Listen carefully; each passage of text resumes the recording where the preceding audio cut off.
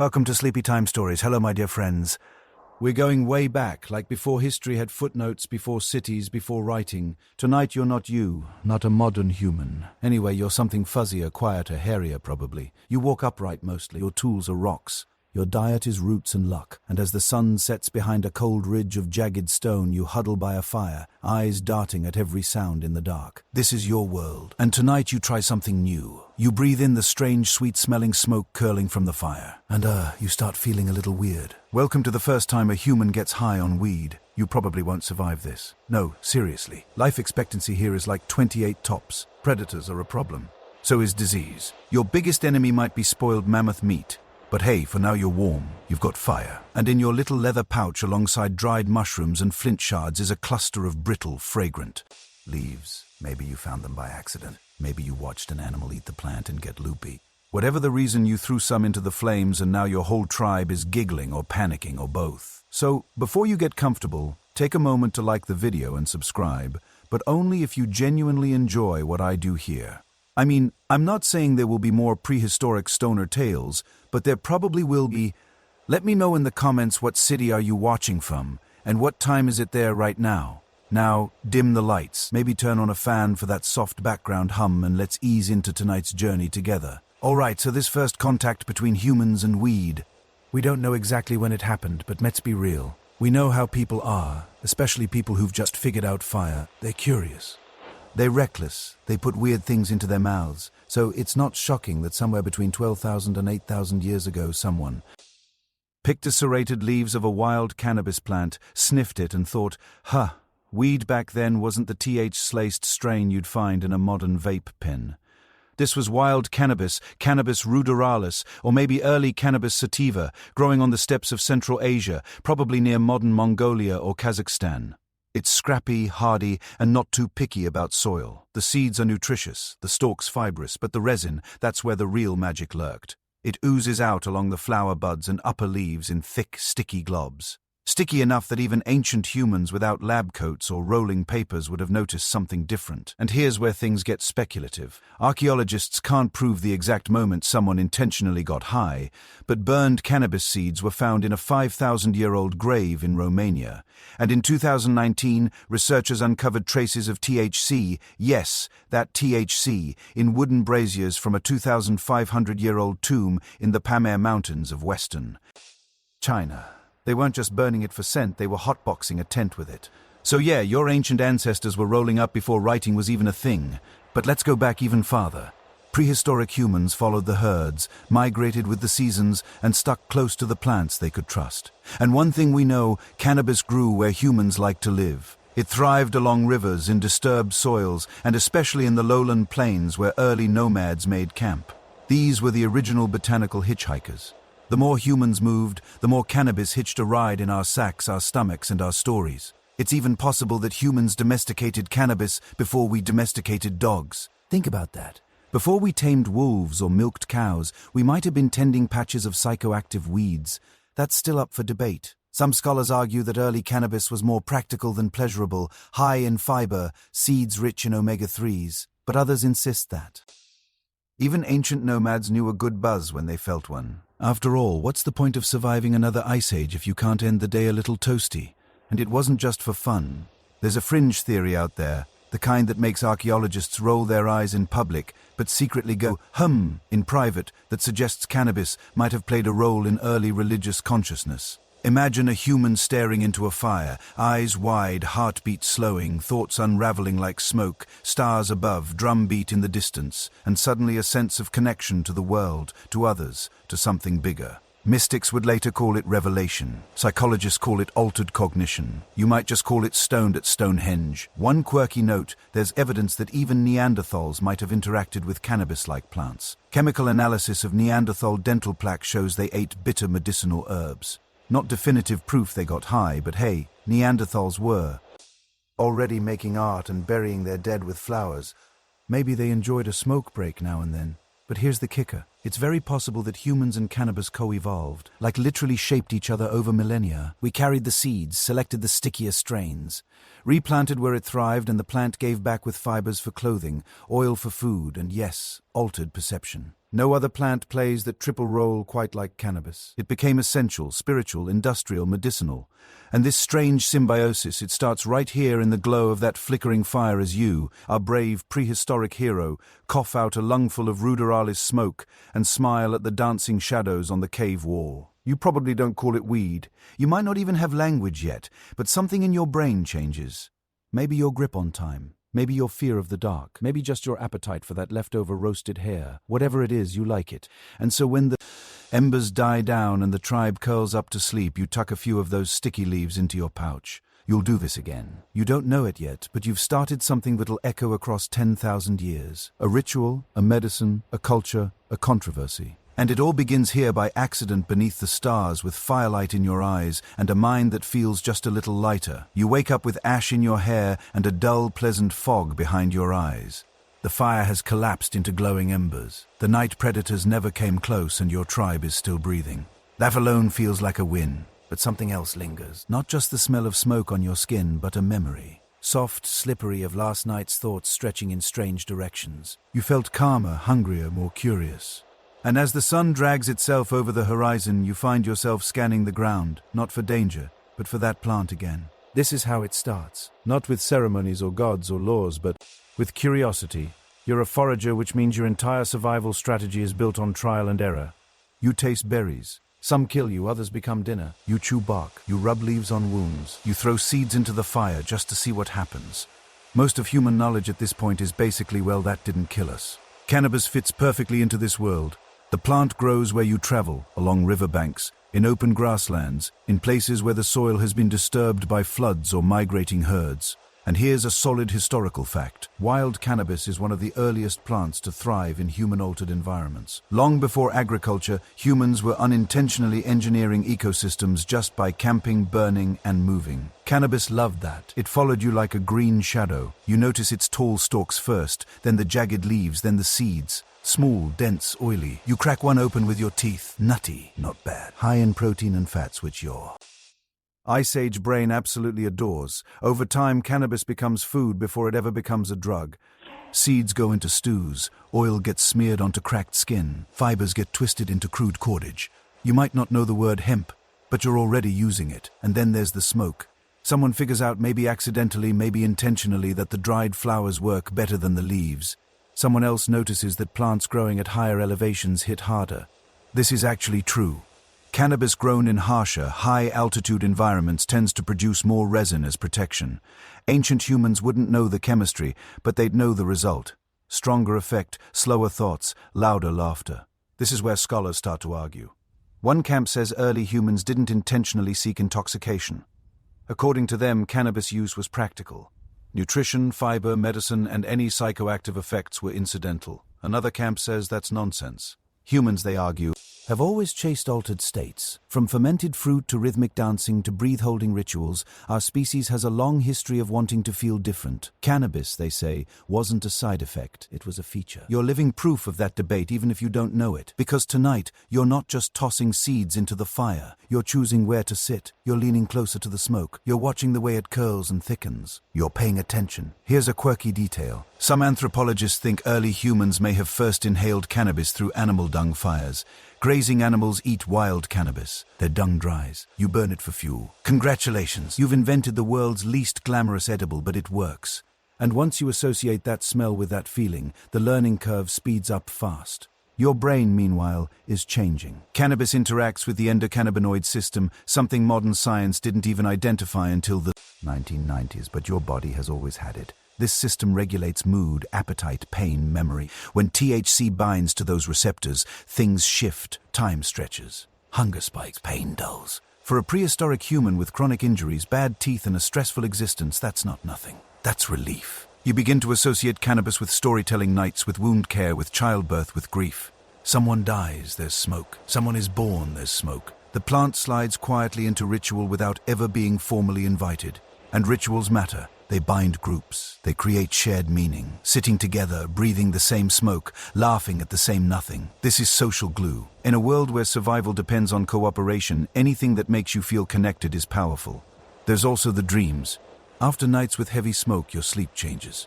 Dreams get vivid, symbolic. Animals talk. Dead relatives visit. You wake up shaken or inspired or convinced you. Received a message, this becomes another scholarly debate thousands of years later. Did cannabis contribute to early spiritual thinking?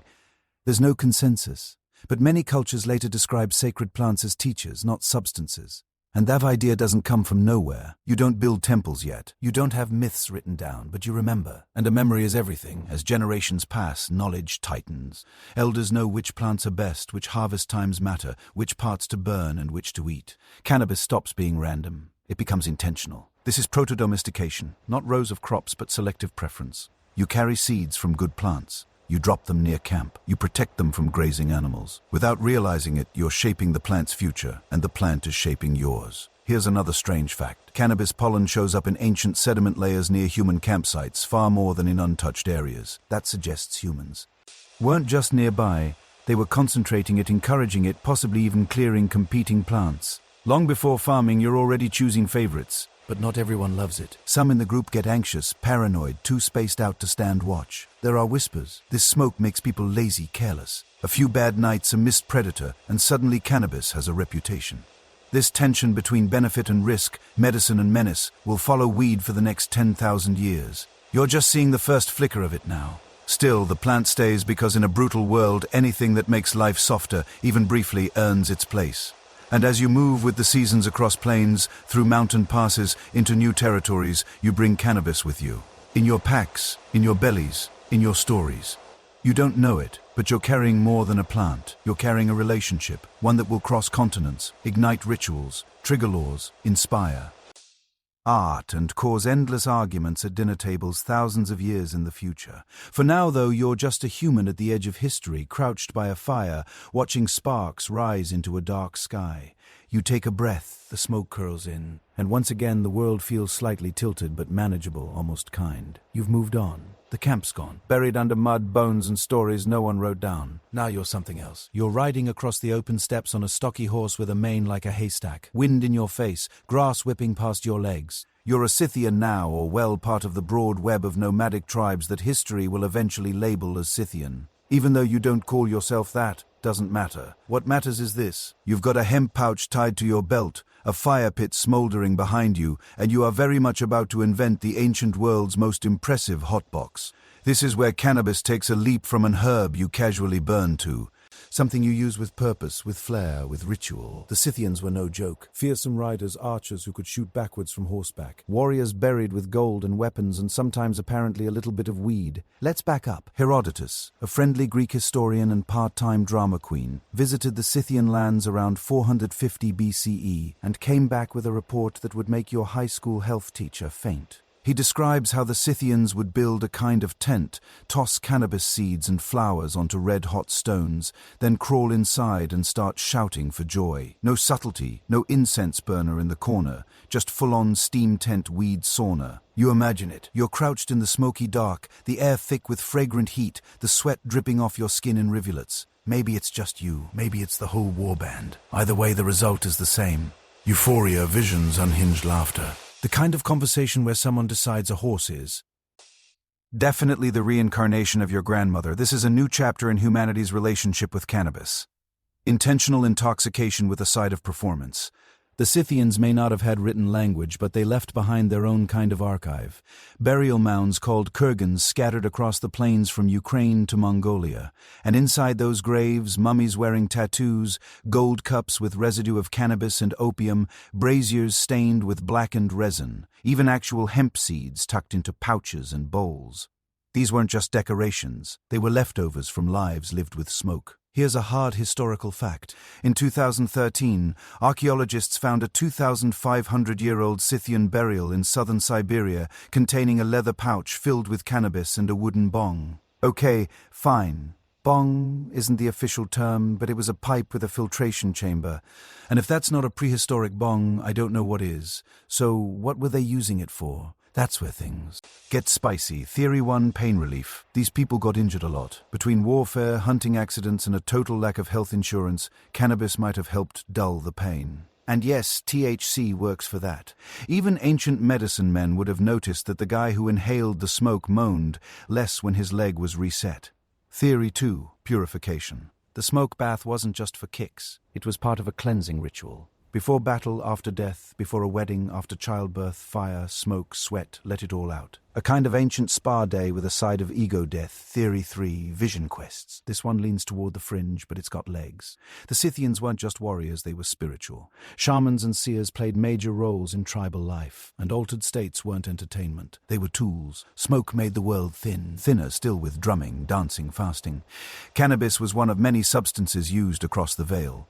And yeah, scholars argue about this. Some claim cannabis was just one herb in a long list. Others think it played a starring role. The debate swirls like the smoke itself, thick, fragrant, impossible to pin down. But here's what we do know. The Scythians treated cannabis as more than a crop. It was part of their identity, their burial rites, their rituals, even their fashion. No joke, hemp was used in their clothing and armor. Lightweight, strong, naturally mildew-resistant. Functional and mystical, a rare combo. You see the duality everywhere. A warrior lights a bowl to ease the pain of an arrow wound. A priest lights the same bowl to speak with the dead. A woman packs cannabis into a birthing tent to soothe the screaming mother. Same plant, different meanings, but always with intention.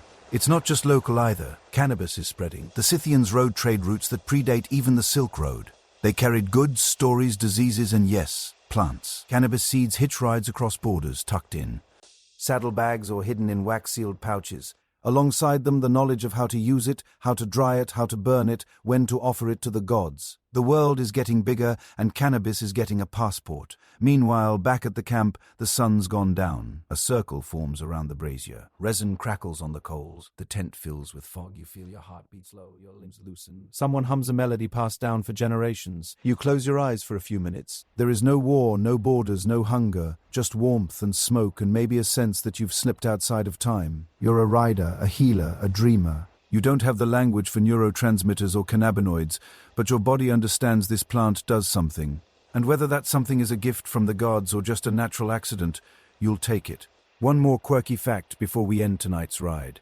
Some archaeologists believe the Scythians may have introduced cannabis to ancient Persia and the Middle East. If that's true, and it's still debated, they didn't just blaze their own trail. They lit the fuse for a cultural wildfire that would stretch from temples to hash dens, from sacred smoke to scandal. But that's for later. Right now, you lean back against your saddle, exhale into the haze, and let the world blur at the edges. Tomorrow, you ride. You're higher up now, literally. The flat grasslands of the steppes have turned into sharp inclines, dizzying ridgelines, and thin air that steals your breath if you move too fast. You're climbing into the Himalayas. This crumpled edge of the world where mountains grow like frozen gods and clouds cling low like secrets. The paths here are narrow and dangerous, carved by centuries of feet, hooves, and wheels. And yet, people live here. Not just live, they thrive. Herding yaks, singing to the winds, honoring the dead, and burning weed at funerals like it's a universal send-off gift. This is the moment cannabis becomes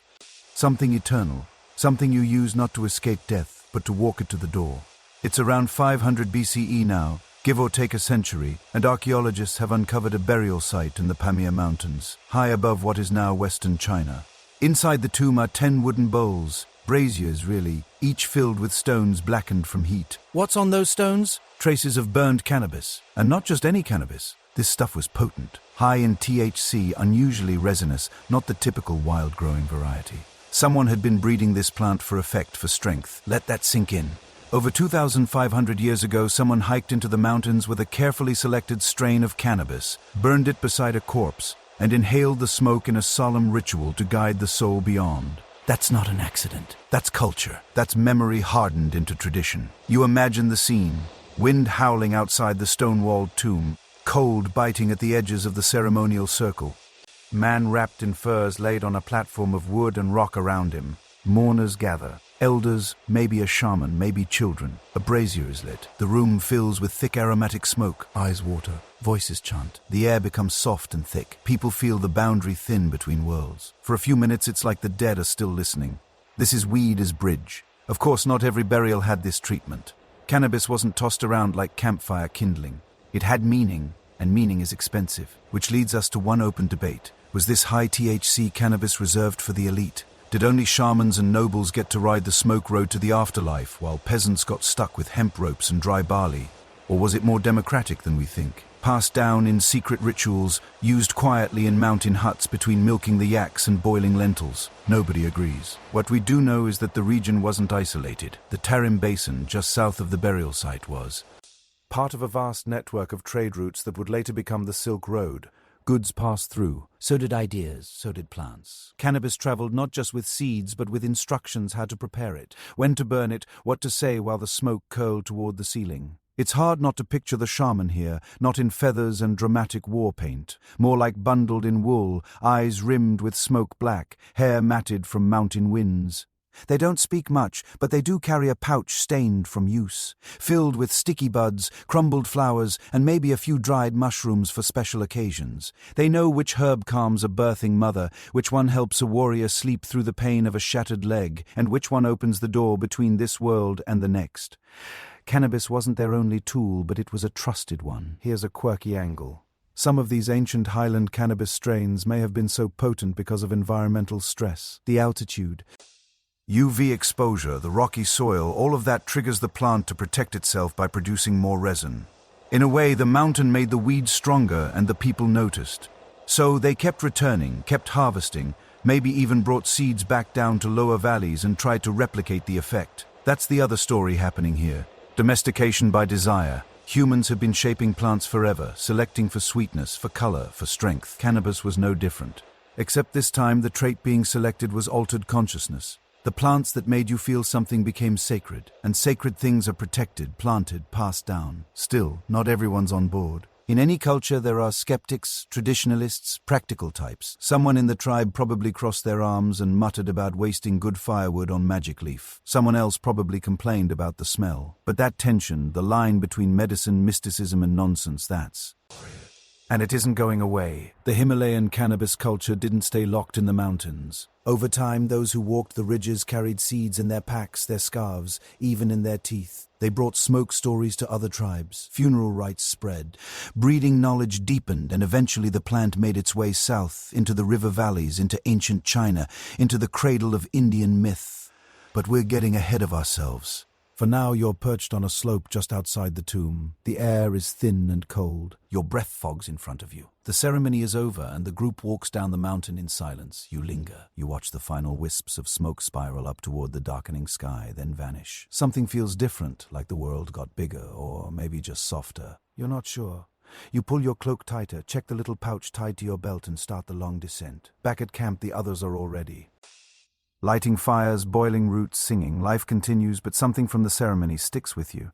Not the death, but the way the smoke made it feel less final, less frightening. You don't have a word for grief or for transcendence, but you do have a plant that seems to understand both. You've descended from the mountains now down into the misty river valleys where civilization starts to sharpen. The world is getting organized. Villages become towns. Towns become walled cities. Writing appears, carved into bone, then etched into bamboo slips. Calendars, taxes, medicine lists. You've arrived in ancient China somewhere between 2700 and 500 BCE, and things are structured, especially when it comes to plants. You're not just chewing roots and hoping for the best anymore. You're reading or listening to someone read a carefully catalogued herbal guide that lays out exactly which leaf fixes which part of your body. This is where cannabis graduates. It leaves the campfire and walks into the clinic. The great Emperor Shen Nung, half myth, half medical trailblazer, is credited with writing one of the earliest pharmacopoeias, the Pen Tizao Ching, or the classic of herbal medicine. And buried among the hundreds of remedies for every imaginable condition is a curious entry about ma, the hemp plant. According to Shen Nung, ma was no ordinary weed. It could be used for pain, for inflammation, for absent-mindedness, even for undoing demonic possession, which may have just been their way of describing seizures, schizophrenia, or that guy who screams at the moon. This version of ma is both healer and hallucinogen. The leaves and seeds were used for digestion and muscle cramps. The flowers, though, those were flagged as something more intense. The text hints that consuming the female plant in excess could make you see ghosts, not figuratively actual spirits. You're warned. Essentially, use this with care, or risk a personal seance you didn't RSVP for. What's fascinating here is the balance. Cannabis isn't feared. It's just one tool in a massive herbal arsenal that includes ginseng, licorice root, cinnamon bark, and about 100 things modern people now pay way too much for at upscale wellness shops. The Chinese approach was clinical, spiritual, and deeply practical. If something worked, it was kept. If it had side effects, you noted those too. There's no moral panic, just observation. And that's important. Because for all the hype around Shen Nung, riding dragons, sipping elixirs, tasting every plant so we didn't have to, he represents something real, a turning point. A moment when cannabis is no longer just something you burn in the wind. It becomes medicine. It earns a seat at the table alongside ancient acupuncture needles and fermented teas. But the plant had a double life. While the healers were documenting its uses, the weavers were twisting it into ropes. The farmers were growing it for.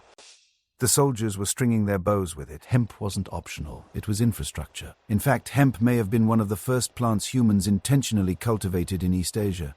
Not for food, not for highness, but for function.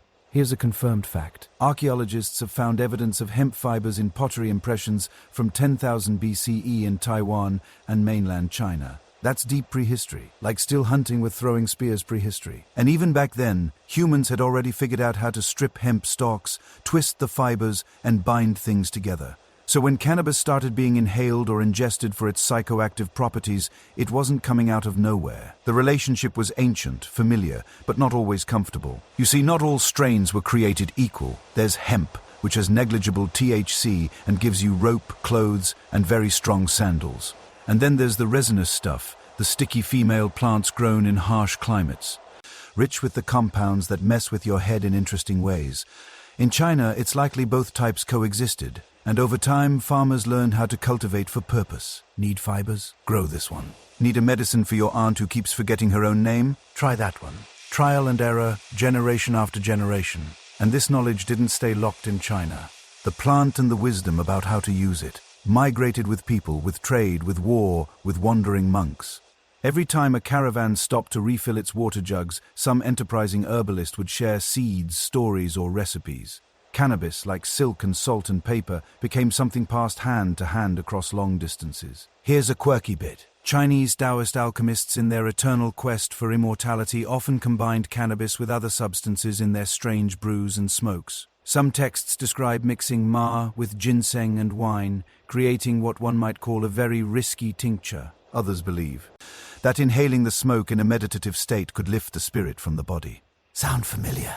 It should. It's the prototype of every stoner astral projection story told around a lava lamp. There's a growing theory among historians that these meditative uses of cannabis weren't just personal experiments. They were rituals, group rituals. Early Taoist cults used cannabis incense in their altars and shrines, not as a party favor, but as a way to bend consciousness toward the divine. And in a world where heaven and earth were seen as threads in the same cosmic fabric, altering your state was considered a kind of spiritual alignment, not a detour. Still, there's debate. Some scholars argue that cannabis was never a major spiritual player in China, that it was always more useful as a textile crop than a mystical herb.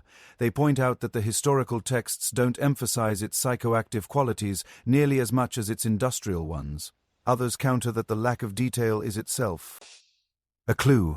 Maybe cannabis was sacred because it wasn't talked about publicly. Maybe it was esoteric knowledge guarded by shamans and healers hidden between the lines. Meanwhile, back in the bustling markets of early dynastic cities, bundles of hemp stalks are stacked alongside millet and jade. A vendor boils hemp seeds into a hearty porridge. A doctor grinds dried cannabis flowers into powder for a tincture. A traveler wraps his feet in hemp cloth to keep the mountain winds from turning his toes black. The plant is everywhere, useful, trusted, mildly magical. And you, walking down a muddy street in your hemp robe, maybe carrying a scroll or just a bamboo cup, know it's part of life. Not special, not dangerous, just there. Reliable as tea, strong as rope, mysterious as dreams. Now shift your weight southward across the Himalayas into a land where the rivers are wide. The heat clings like a silk robe in monsoon season, and the air hums with layered chants, temple bells, and the buzzing of insects in holy fig trees. You've arrived in ancient India, and here cannabis isn't just a plant, it's sacred. It has a name, a place in myth, a seat at the divine table. In this world, you don't smoke weed to escape the world. You do it to touch it more deeply, to speak to the gods, or at the very least to better understand what in the cosmic soup is actually going on. This is where the plant becomes a deity's favorite snack. First, the name.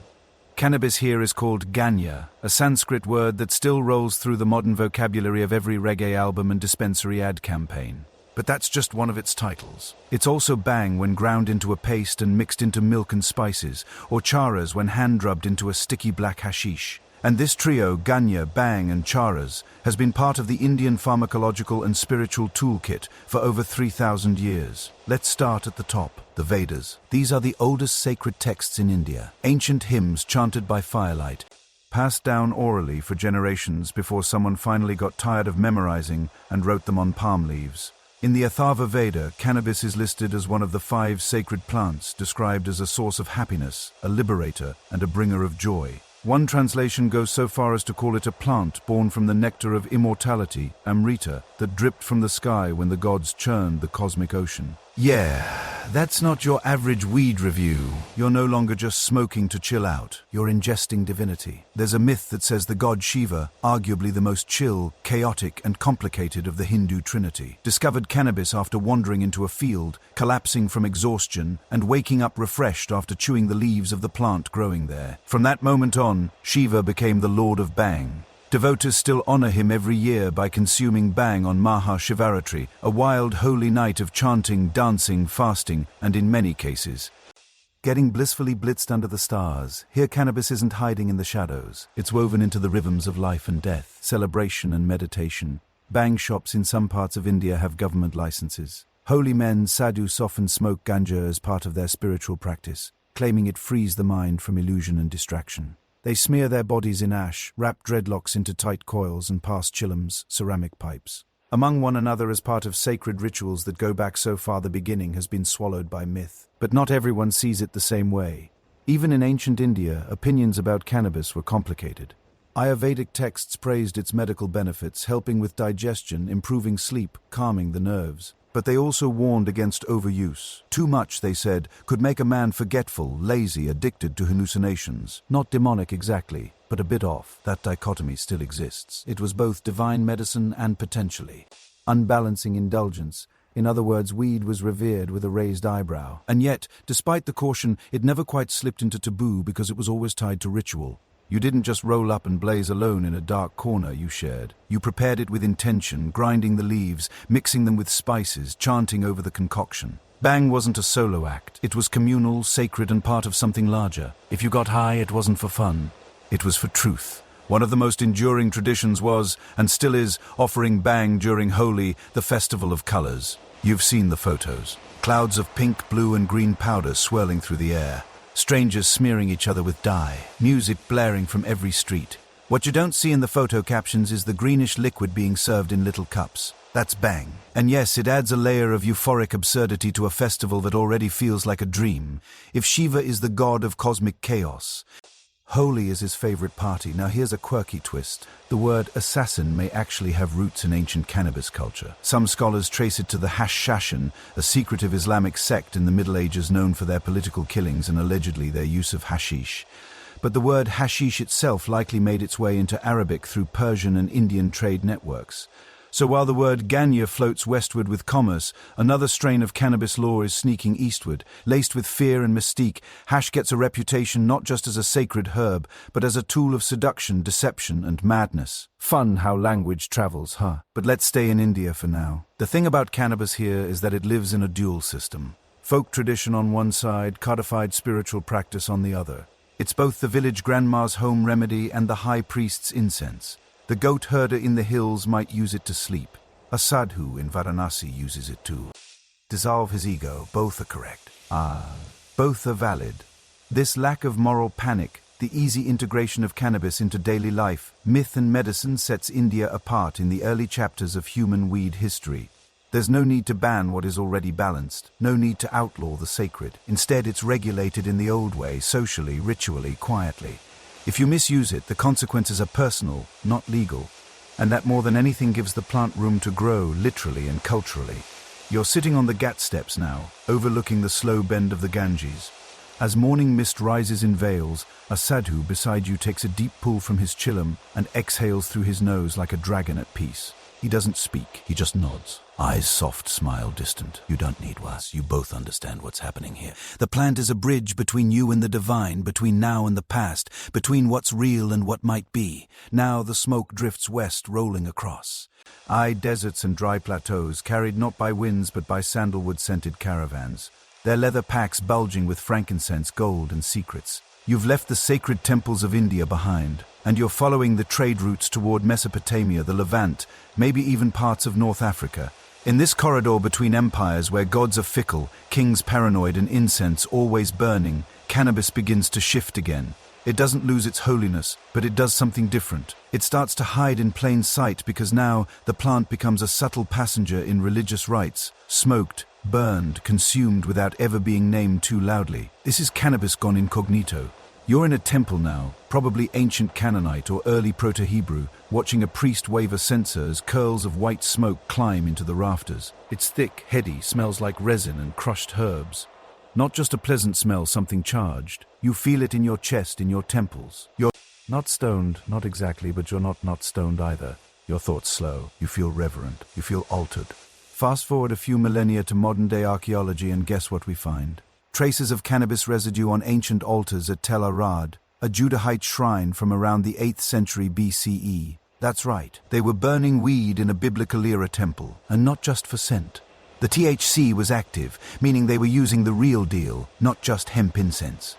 That's a confirmed historical fact. So yes, your ancestors may have literally been getting high in church. The theory is that cannabis was mixed with other ingredients, animal fat, resins, possibly frankincense to produce a kind of spiritual fog. It wasn't about getting blitzed and dancing in the aisles. It was about thinning the veil, inviting divinity into a space made heavy with smell and sensation. In the absence of microphones and megachurch screens, smell was power. Smoke was a signal. You altered the environment so deeply that everyone inside the temple felt a little out of time. Scholars are still bickering over this, of course. Some say the THC traces are contamination. Others insist it was intentional, part of an ancient and very real set of ritual practices designed to elevate consciousness.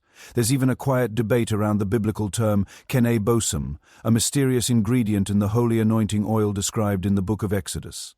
A few scholars have argued, some passionately, others with an arched eyebrow, that cannabis could literally mean cannabis. The linguistic evidence is shaky, but the theory keeps showing up like an old roommate who never paid rent, but keeps getting invited back to dinner. Regardless of the wordplay, the presence of cannabis in early Middle Eastern religious rites is increasingly hard to ignore.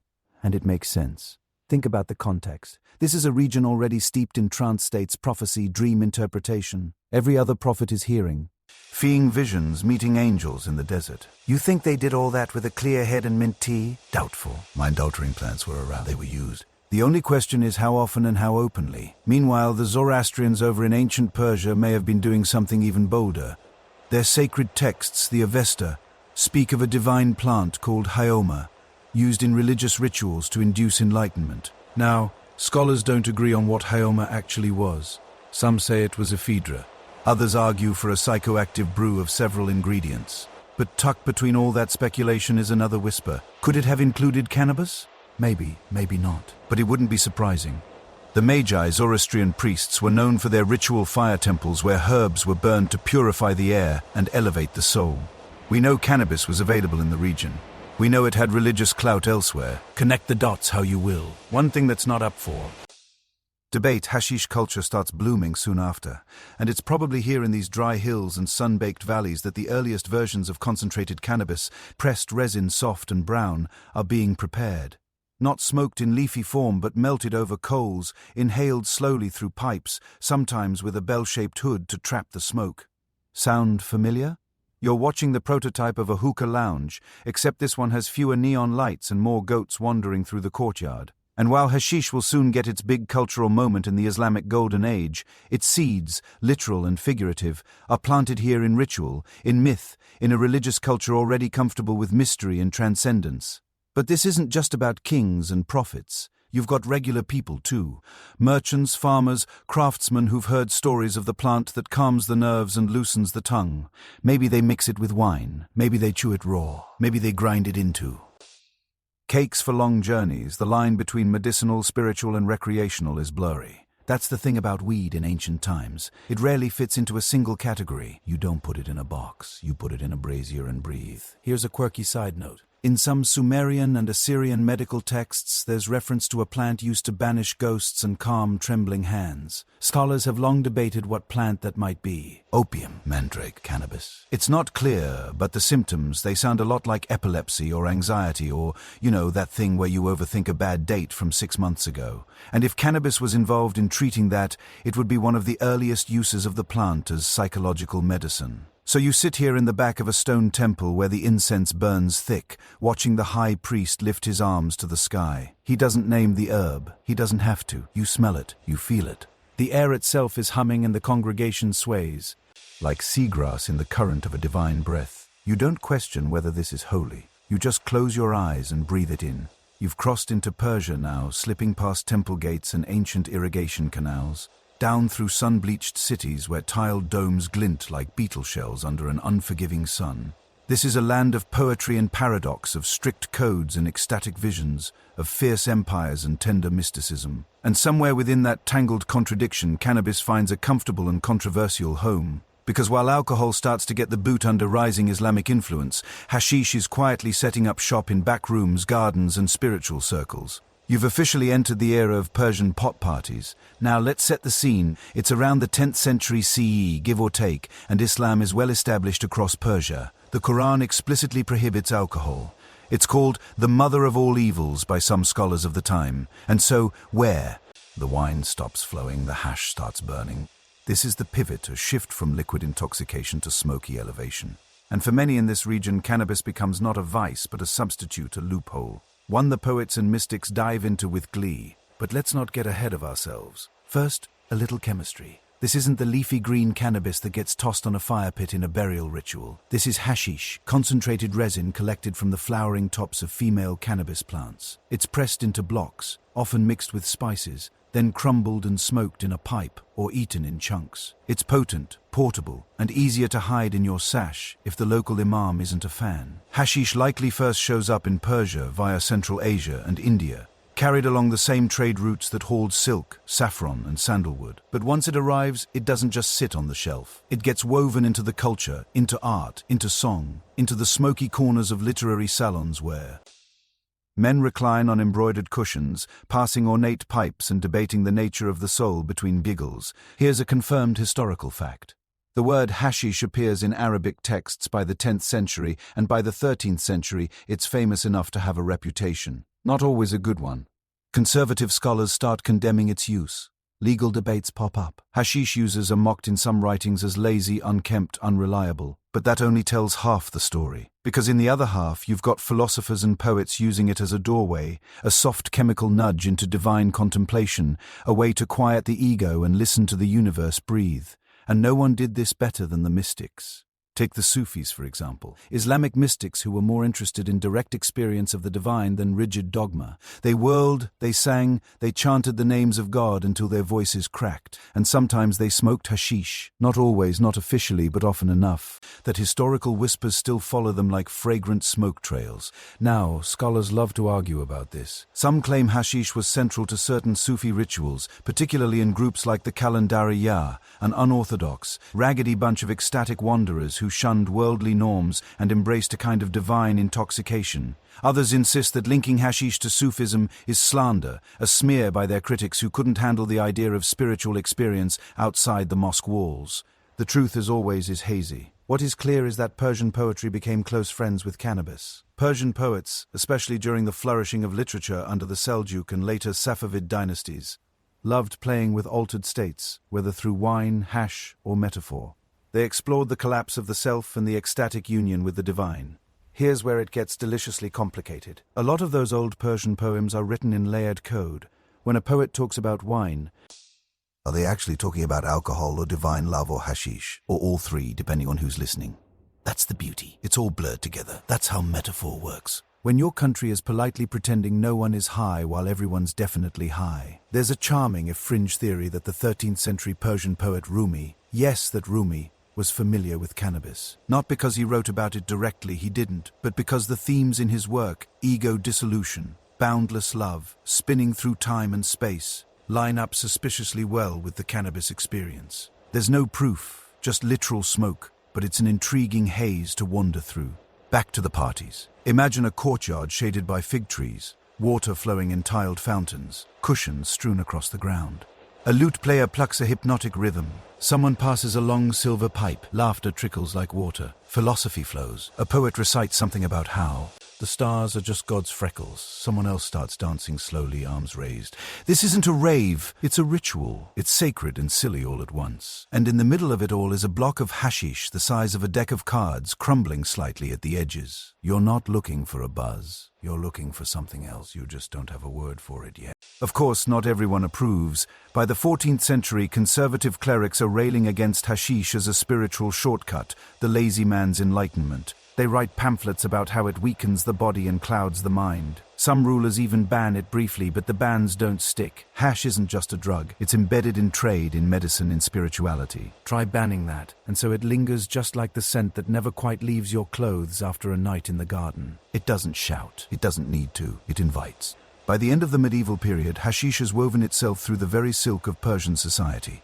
Whispered about in court, praised in song, scorned in sermons, and always, always quietly burning. So you lean back under the stars, head cradled in your hands, and watch the moon swim across the sky like a silver fish. Somewhere in the distance, a voice recites a verse so beautiful you feel your chest tighten. You're not sure if it's the hash or the holiness, maybe both. The Nile winds slow and sleepy beneath you. The sky wide and pale with heat, and the palm fronds whisper secrets overhead. Welcome to ancient Egypt, where death is a science, gods wear animal heads, and if it exists, someone's already turned it into a bomb or burial item. Here, cannabis doesn't blaze like it does in the Himalayas, or get poetic like it does in Persia. It simmers. It sneaks in through salves, poultices, and smoke-filled rooms deep inside sandstone temples. It shows up quietly, tucked into medical scrolls and buried under the skin of mummies. You've stepped into the land of healing resin. Now, ancient Egyptian medicine was no joke. These people weren't winging it. They had surgical tools, wound cleaning techniques, dental prosthetics, and entire libraries of papyrus scrolls filled with recipes, diagnoses, and step-by-step guides on how to treat a dislocated shoulder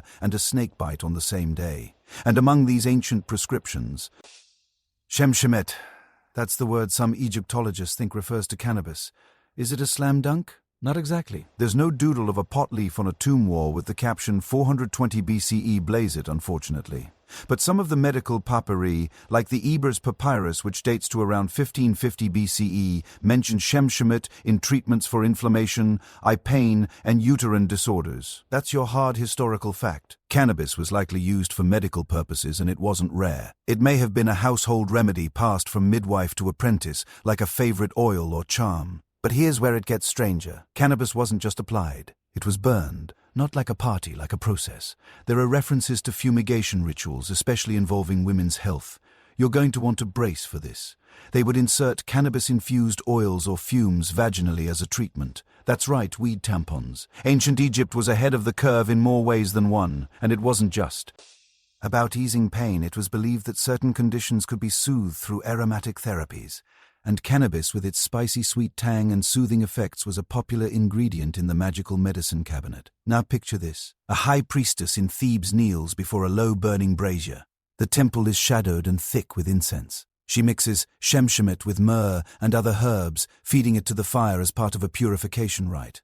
A woman nearby breathes in the smoke, chanting softly, hoping the gods will listen and maybe that the pain in her side will fade. In Egypt, the physical and spiritual were never far apart. Illness was a cosmic imbalance, not just a bacteria problem. Medicine was prayer. Smoke was transformation. Here's a quirky fringe theory. Some Egyptologists speculate that cannabis might have been used during the embalming process. Not because the dead had cramps, obviously, but because of its strong aroma and antifungal properties. Wrapping a body for eternity was no small task. You needed herbs that preserved, masked decay, and warded off evil. Myrrh and frankincense were the big stars, but cannabis may have played a supporting role. And if you're picturing high priests getting high while preparing corpses, well, maybe they needed the edge. That job could not have smelled great. And while we're talking burial, cannabis fibers have been found in ancient Egyptian textiles, including ropes and possibly even clothing. This wasn't your stretchy gymwear kind of hemp, but strong, coarse fabric used for everything from boat rigging to sandals. Again, the dual identity of the plant shows up. Industrial and medicinal, never flashy, never leading the ceremony, but always there, dependable, versatile. Kind of like the quiet cousin who never speaks at dinner, but always brings a perfect side dish. Now, whether cannabis was ever recreationally used in Egypt is a question still debated in dusty lecture halls. The evidence is murky, most. Signs point to intentional use, yes, but not for kicks, more for function, pain relief, calming anxiety, smoothing childbirth, maybe even enhancing ritual focus.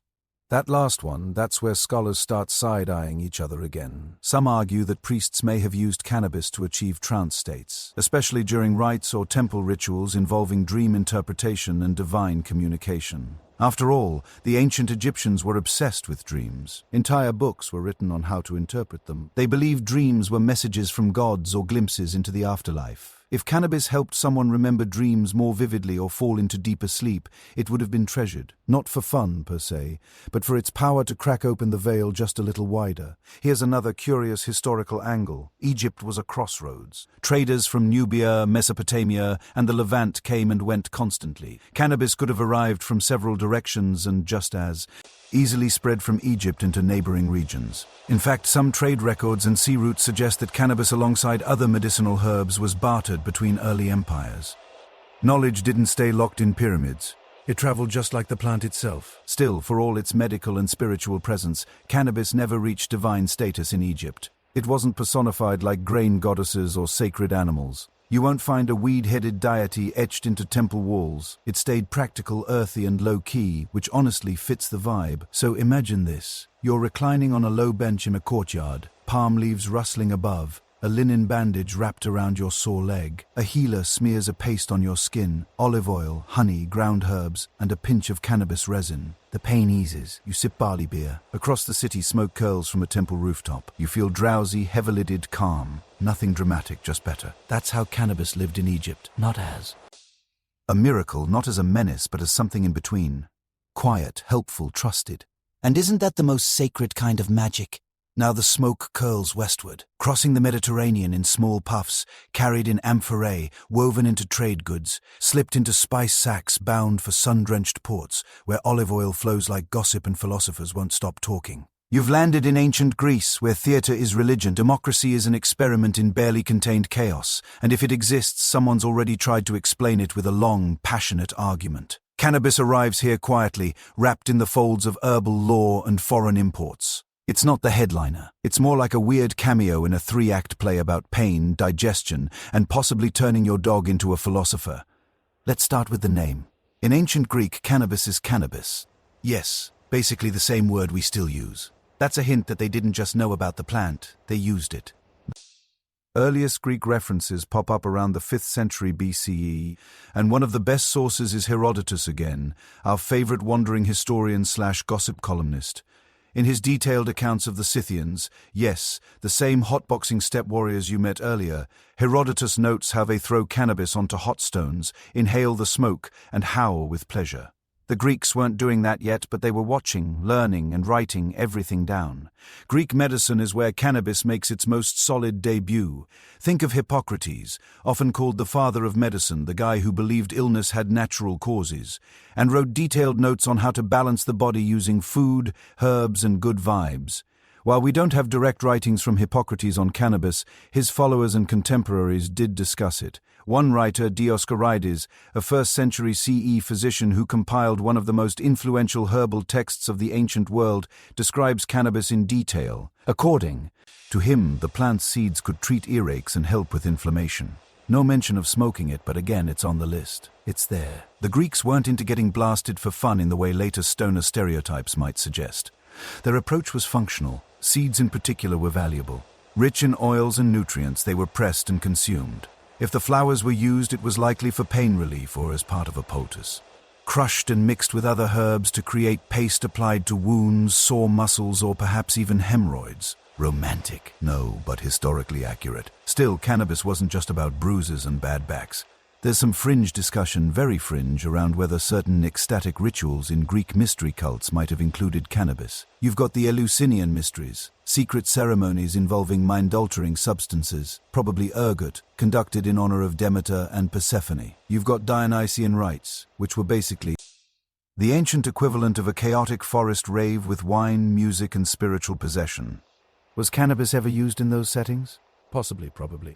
But no one wrote it down because they weren't allowed to. That's the thing about mystery religions. They were mysteries on purpose. Participants took vows. Secrecy was the point. If someone used cannabis as part of a divine experience, they didn't tweet about it later. They carried the memory in their bones and never said a word, which is frustrating for historians, but great for bedtime speculation. Here's your quirky fact. The Greeks had a reputation for giving cannabis to their animals. No joke. They prepared it as a treatment for sores on horses or wounds on livestock. Some accounts even suggest it was given to dogs for digestive issues. So yes, your ancient Greek mutt may have been prescribed a little medical weed by a guy in a toga with a clay tablet. That's history for you. Now, culturally, the Greeks weren't morally panicked about substances the way later societies would be.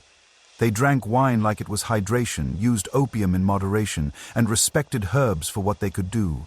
There was no blanket fear of drugs, only concern about excess. The idea was to maintain balance, not abstain entirely. If cannabis helped you function better, it was medicine. If it made you sloppy and useless, it was your own fault. Very on brand for a society obsessed with moderation and geometry. That said, you don't find much evidence of cannabis being socially smoked for recreation in public Greek life. No symposium records list hash and honey cakes next to the wine jugs and lyres. No comic plays reference someone giggling uncontrollably after a puff behind the amphitheater. It's not absent, but it's peripheral. A little medicinal helper, a foreign import, a tool in the kit, not the star of the show. You're reclining now on a stone bench in a shaded courtyard. Sandals off, robe loose, olive bowl in your lap. A physician passes by carrying a satchel full of dried herbs and bandages. He stops, asks about your leg. You describe the ache, dull, persistent. He nods, reaches into his bag and pulls out a waxed cloth bundle. Inside is a paste, olive oil, garlic, pine resin, and a bit of powdered cannabis. He applies it to the skin, mutters something about swelling, and tells you to rest. No incense, no bells, just plant, pain, and practice. And isn't that the heart of it? Cannabis in ancient Greece wasn't holy, it wasn't scandalous. It was useful, quietly, consistently, almost boringly helpful. While philosophers pondered the nature of the soul, and sculptors carved gods out of marble, this little herb just kept doing its job, easing pain, softening wounds, and showing up where it was needed. You breathe in the dry air, taste the salt of the sea on the wind, and watch the shadows move across the marble columns. No high, no visions, just relief. And sometimes that's enough. Now you cross the Aegean with salted air in your lungs and step into the marbled empire of Rome, a place of aqueduct, spectacle, and bureaucracy so dense it could file its own taxes. Rome does everything bigger, louder, and with more columns. So naturally you might expect them to have gone full toga party with cannabis. But here's the twist. The Romans were a little too organized to get weird with weed. Cannabis was there, yes, but it was more of a background character. Useful, reliable, occasionally medicinal, never the center of the bacchanal. It wasn't their Dionysian wine god. It was more like their hard-working uncle who fixed roof leaks and didn't ask for much. So, where does cannabis show up in Rome? First, the name. The Romans borrowed the Greek cannabis, which shows up in Latin as cannabis. Yes, same spelling. Roman scholars like Pliny the Elder, naturalist, historian, and champion of writing entire encyclopedias about everything, mentions it in his Natural History. He notes that cannabis grows in Colchis, that's modern Georgia, and describes how its seeds are roasted and eaten, its fibers twisted into ropes, and its plant used for lamp wicks. Functional, right? Exactly what you'd expect from a civilization that built roads with mile markers and had laws about acceptable beard length. Pliny also says the roots of cannabis boiled in water can help with gout and stiff joints. That's your medical in. He doesn't wax poetic about it, doesn't claim divine insight or celestial visions. It's more like, oh, you're swollen, try this root tea, tastes like mud, but it might help. Roman medicine leaned heavily on practicality, and cannabis fit into that groove, anti-inflammatory, mildly analgesic, and far less messy than surgical tools or leeches. But here's the quirky bit. Some Roman physicians also believed cannabis could be used for earaches by inserting oil-infused buds directly into the ear canal. Yep. Ancient Q-tips of the herbal persuasion. Whether it worked or just made everything smell vaguely earthy, we'll never really know. You're probably wondering, did anyone in Rome smoke it? Probably not in the way we think of it. There's little to no evidence of recreational cannabis use as a social thing. They weren't passing pipes around the forums while debating the fall of the Republic. Unlike alcohol and opium, which had firm social identities, wine was a civic lubricant, and opium was an accepted part of medical practice. Cannabis stayed in its lane. You grow it, you weave it, you crush it, maybe you boil it, but you don't throw a party for it. And this is a little strange considering Rome's love for indulgence. I mean, this is the same culture that had vomitoriums, not for puking on purpose. That's a myth, but still a culture of plenty. Lavish dinners, massive baths, gladiator fights and mystery cults that involved a lot of nudity and chanting. You'd think cannabis would be right at home in that mix, but the records are quiet. No frescoes of puffing patricians. No stone senators accidentally voting to make horses into consuls. Still, if you dig deep enough, some theories suggest that cannabis might have found its way into Roman baths, not in a cloud of smoke, but as an infused oil massaged into sore limbs, possibly mixed with lavender, thyme, or myrrh. Picture it. You've just spent 2 hours at the Thermae, sweating in the coldarium, getting scraped with a strigil by a grumpy slave named Marcus, and now you're lying on a warm stone slab, having cannabis-infused oil kneaded into your lower back. Not psychedelic, but not bad either. Meanwhile, the hemp industry thrived. Rome ran on rope. Their naval expansion demanded it. Ships, sails, nets, bindings. Hemp was vital to the empire's infrastructure. You don't build trade routes stretching from Britain to Egypt without a reliable way to lash down cargo and hoist sails. And where there's rope, there's hemp. So they grew it in Gaul, in Hispania, in parts of what's now Italy. The plant may not have had celebrity status, but it was indispensable, like salt or bricks. One open debate in the scholarly crowd is whether Roman soldiers used cannabis for pain during long campaigns. Some argue that while there's no solid written proof, the logic is sound. Long marches, brutal conditions, battle wounds, surely something was used beyond wine and wishful thinking. Maybe cannabis was part of that field kit, ground into pastes, rolled into bandages, applied to bruises that came from getting bashed in the shield arm one too many times. But again, we're in the land of speculation. Here's another wrinkle: trade with the East. Rome had an extensive connection to Asia via the Silk Road, and goods like pepper, cinnamon, silk, and exotic medicines made their way west. Cannabis, already known and cultivated in India and Central Asia, could have traveled with those shipments. Not just the plant itself, but ideas about how to use it. Maybe Roman herbalists heard about cannabis smoking or edible concoctions from travelers, monks, or merchants and filed it away as exotic Eastern nonsense. Or maybe a few curious folks experimented quietly and just didn't tell the Senate. Whatever the case, cannabis in Rome never became ritualized or central to identity. It was background noise, useful, common, slightly mysterious, but never dangerous, never revered. And that's its own kind of story. You sit now in a shaded garden behind a Roman villa, sipping watered wine while cicadas drone overhead. A servant walks by with a basket of herbs, rosemary, fennel, cannabis stalks meant for drying. You're sore from yesterday's hunting trip. Your host, a minor magistrate with opinions about everything, insists you try the new salve his Greek physician made. It smells of olive oil, garlic, and something peppery. He says it comes from a plant used by the Scythians. You raise an eyebrow. He shrugs. Don't overthink it. And maybe that's Rome's whole approach to cannabis. Not holy. Not sinful, just helpful. You're drifting now across the Mediterranean's southern shore, pulled down into the heart of Africa, into lands where oral history flows thicker than ink and medicine is stored in memory, not bottles. This isn't a story written on scrolls or carved into temple walls. It's sung, danced, whispered between generations. And cannabis, it's there, not as a miracle plant, not as a menace, but as one of many herbal allies, woven into the daily and spiritual lives of sub-Saharan communities. You're stepping into a tradition where the plant is respected not because it's rare or magical, but because it works steadily, quietly in ways both seen and felt. The thing about ancient African cannabis use is that it doesn't leave obvious footprints. No libraries, no papyrus, just bones, seeds, burnt remnants in clay pots, and most importantly, stories. We know that cannabis was introduced into East Africa sometime around the 14th century, likely via Indian Ocean trade routes. Arab and Persian merchants, already seasoned hashish users, brought more than just textiles and spices to the Swahili coast. They brought seeds, and with those seeds came knowledge how to prepare it, how to inhale it, and when to share it with the ancestors. But even before that, maybe before trade, there's a fringe theory that some forms of wild cannabis or proto-domesticated varieties existed in parts of the African interior earlier than we think. It's speculative, yes, but supported by a few archaeological finds. Cannabis pollen in ancient soil layers, signs of fiber use that don't match flax or palm, and regional plants used in ceremonies that had a cannabis-like effect. Still, the majority opinion is that cannabis arrived, and once it did, Africa made it its own. In places like Ethiopia, Tanzania and Malawi, cannabis was integrated into traditional medicine fast. Healers, whether you call them shamans, medicine men or herbalists, used it to treat everything from asthma to diarrhea, from childbirth pain to insomnia. It wasn't a cure-all, but it was reliable. Or smoked slowly, crushed into a paste and rubbed on joints, boiled into teas, mixed with other herbs, or smoked slowly, thoughtfully through long wooden pipes carved with spirals and sacred symbols.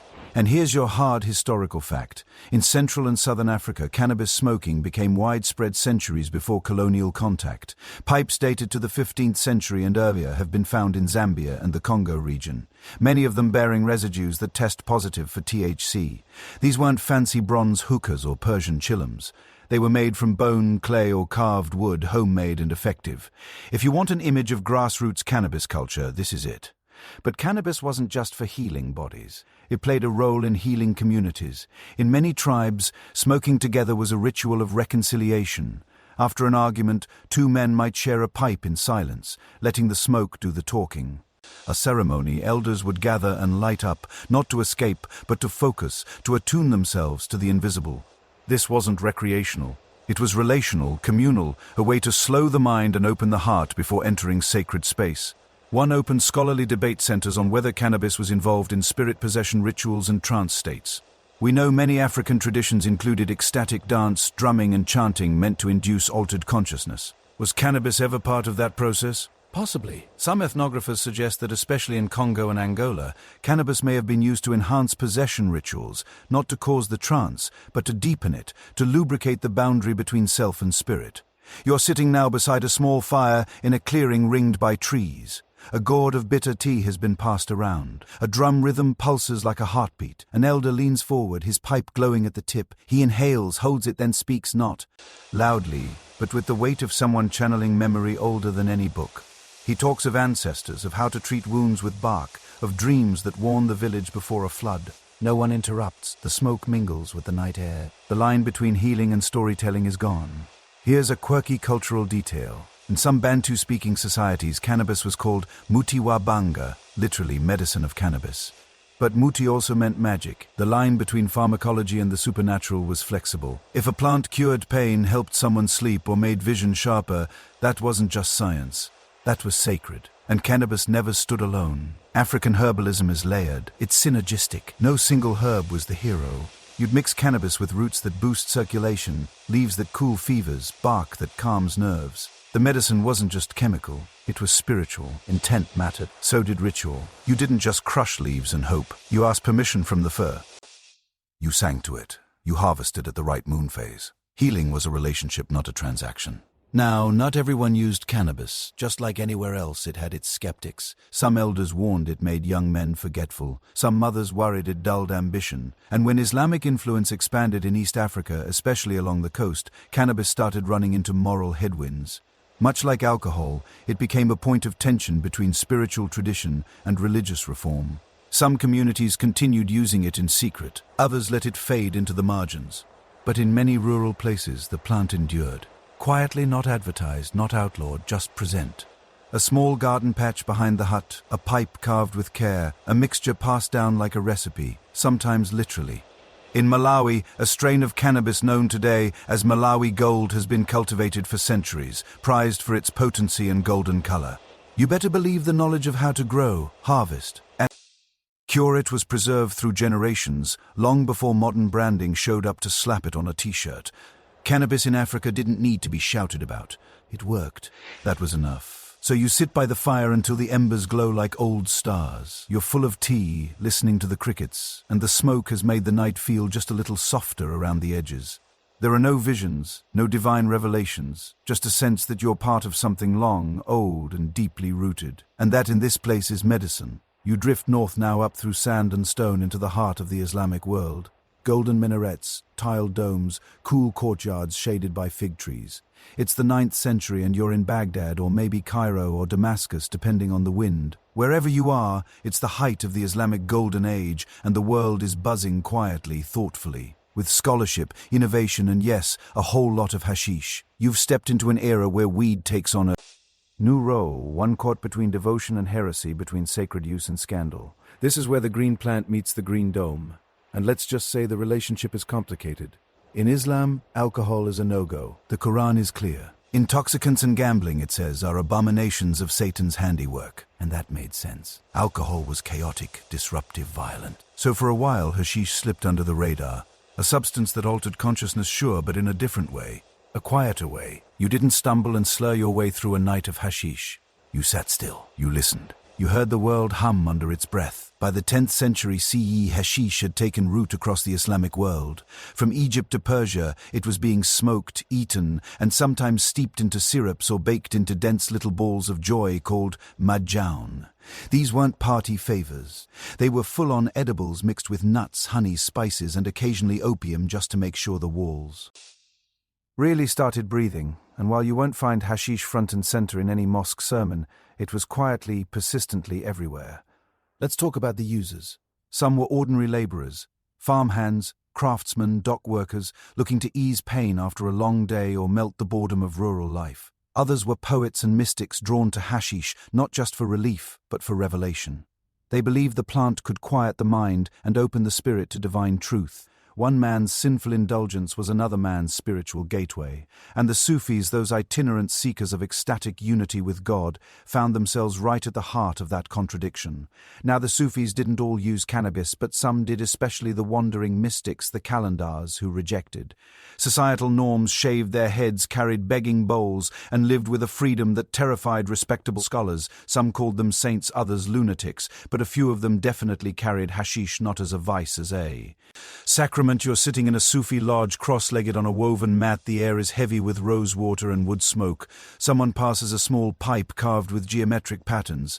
You take it, inhale gently. The effect isn't immediate, but slowly you feel your thoughts begin to stretch, then thin, then vanish like mist. A dervish begins to spin, robes flaring out like petals. Another chants the names of God over and over, softly then louder. You are not high, you're elevated.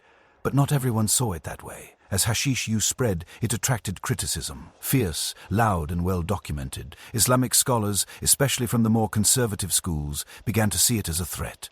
An intoxicant by any other name was still forbidden. Some issued fatwas, others wrote treatises comparing hashish users to drunks. They called it a lazy man's shortcut to spirituality, a mockery of true submission. And by the 13th century, tensions were high, pun completely intended. Still, hashish persisted. Easy to grow, too easy to use, and perhaps most importantly, too embedded in daily life to disappear. In cities like Cairo, hashish dens popped up in alleyways and behind market stalls. They weren't glamorous.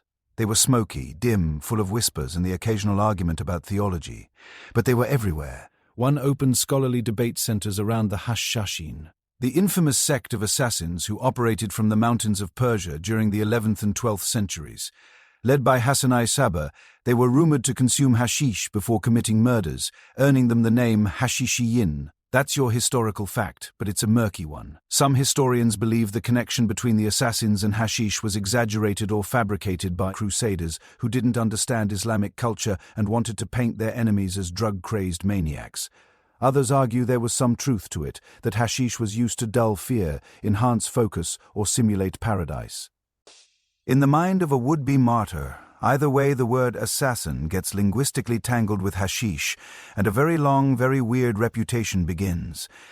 Meanwhile, the regular people just keep using it. A builder mixes hash into his lentils to help sleep, at his side, dreaming up a new shape for a jug.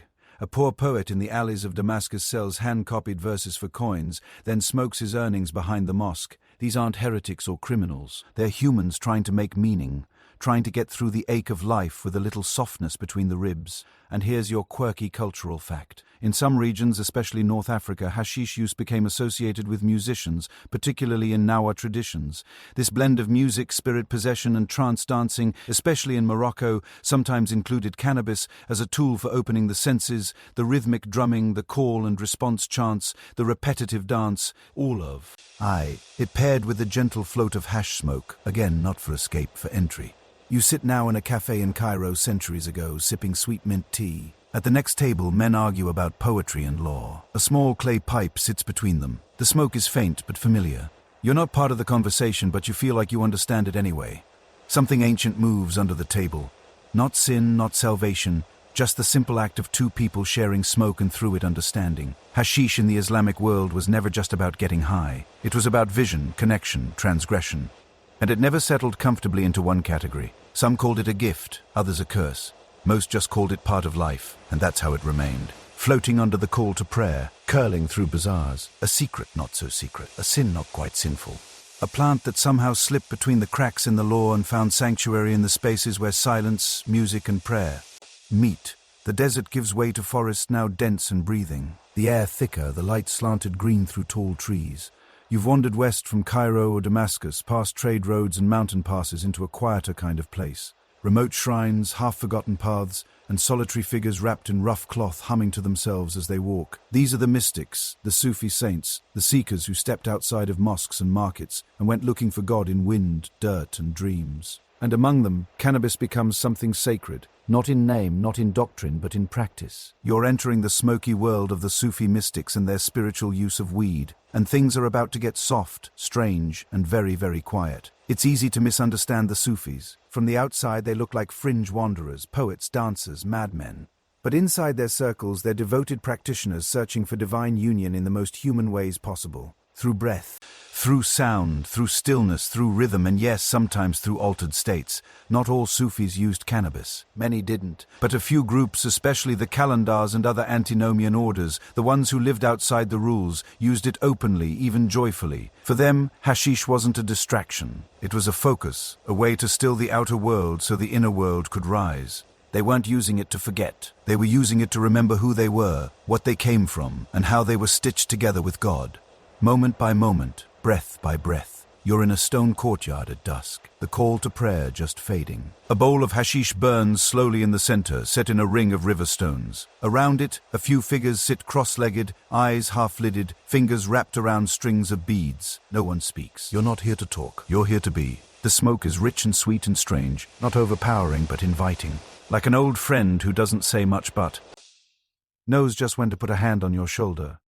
Here's a confirmed historical fact. In regions like medieval Anatolia, Persia, and parts of Central Asia, some Sufi dervishes openly used hashish in spiritual practice. The poet Jami, a 15th-century Persian mystic, even references it in his writings, though always wrapped in layers of metaphor. The Sufi poet and philosopher Al-Ghazali, while more conservative, still acknowledged the importance of altered states in mystical experience, even if he didn't name the plant directly. And the great Rumi, well, he probably didn't use cannabis himself, but his followers, particularly among the Mevlevi order, the famous whirling dervishes, certainly understood the appeal of reaching ecstatic states through non-traditional means.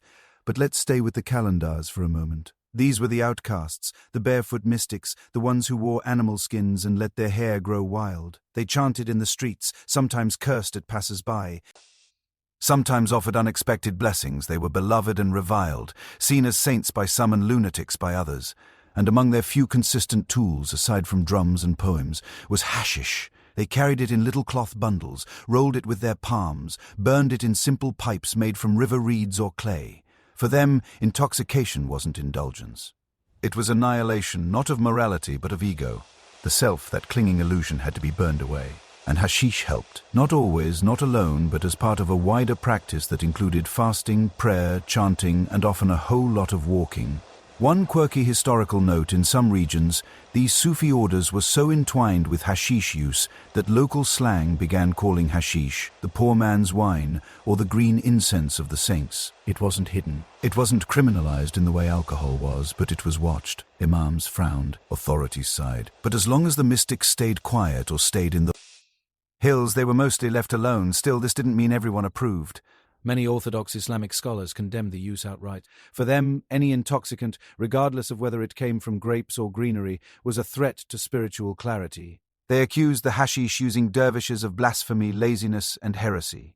"How can you know God," they asked, "if you've clouded your own mind?" But the mystics replied, "How can you not see him when the cloud is what shows you the shape of the wind?" That argument still lives in dusty libraries today. You sit beside a stream now, miles from the nearest village. One of the older mystics rolls a bit of hash into a ball, presses it to a coal, and passes the smoke your way. He doesn't tell you what to feel. He doesn't tell you anything. You just sit together listening to the river, your heartbeat slowing to match the sound of water over stone. The smoke doesn't take you anywhere dramatic. You don't see angels. You just feel here like you peeled off a layer of noise you didn't know you were carrying. That's the quiet power of it. It's not a vision quest. It's not fireworks. It's not sin or salvation. It's just stillness, deep, open, slow. Some Sufi poetry even frames hashish as a metaphor for love, a substance that overtakes you gently, reshapes you without violence, and teaches you to let go of the illusion that you were ever in control. Not because you become someone else, but because you finally become who you are when the noise stops. And that was the heart of the mystical use, not escape. Return to the self. Return to the rhythm of breath and sky and heartbeat. Return to the truth that you are not separate from the divine. You are swimming in it always everywhere. Even here with dirt under your nails and smoke in your lungs. Especially here. So you sit with the mystics until the fire burns low. The stars lean in and the night folds around you like a cloak. You're not high, you're hollow in the best way. In that hollowness, something sacred echoes. You rise from the ashes of the mystic's fire and ride eastward now across the steppes again. But this time not with gentle pipe-smoking wanderers, but with warriors hard and fast and terrifying. You're galloping with the Mongols, the thunder of hooves beneath you like an earthquake with rhythm. Your bow slung across your back and the wind cold enough to slice your face in half. This isn't a spiritual retreat. This is empire on horseback. And yes, cannabis rides along, tucked in pouches, chewed by scouts, smoked by shamans, used by healers, and maybe even passed among generals. Welcome to the Mongol era, where conquest meets cannabis and the lines between battlefield and bonfire blur like smoke across the plains. Let's get one thing clear. Genghis Khan probably wasn't blazing before battle. The Mongol military machine was too disciplined, too sharp. They didn't win by accident, and they didn't conquer most of Eurasia on a contact high.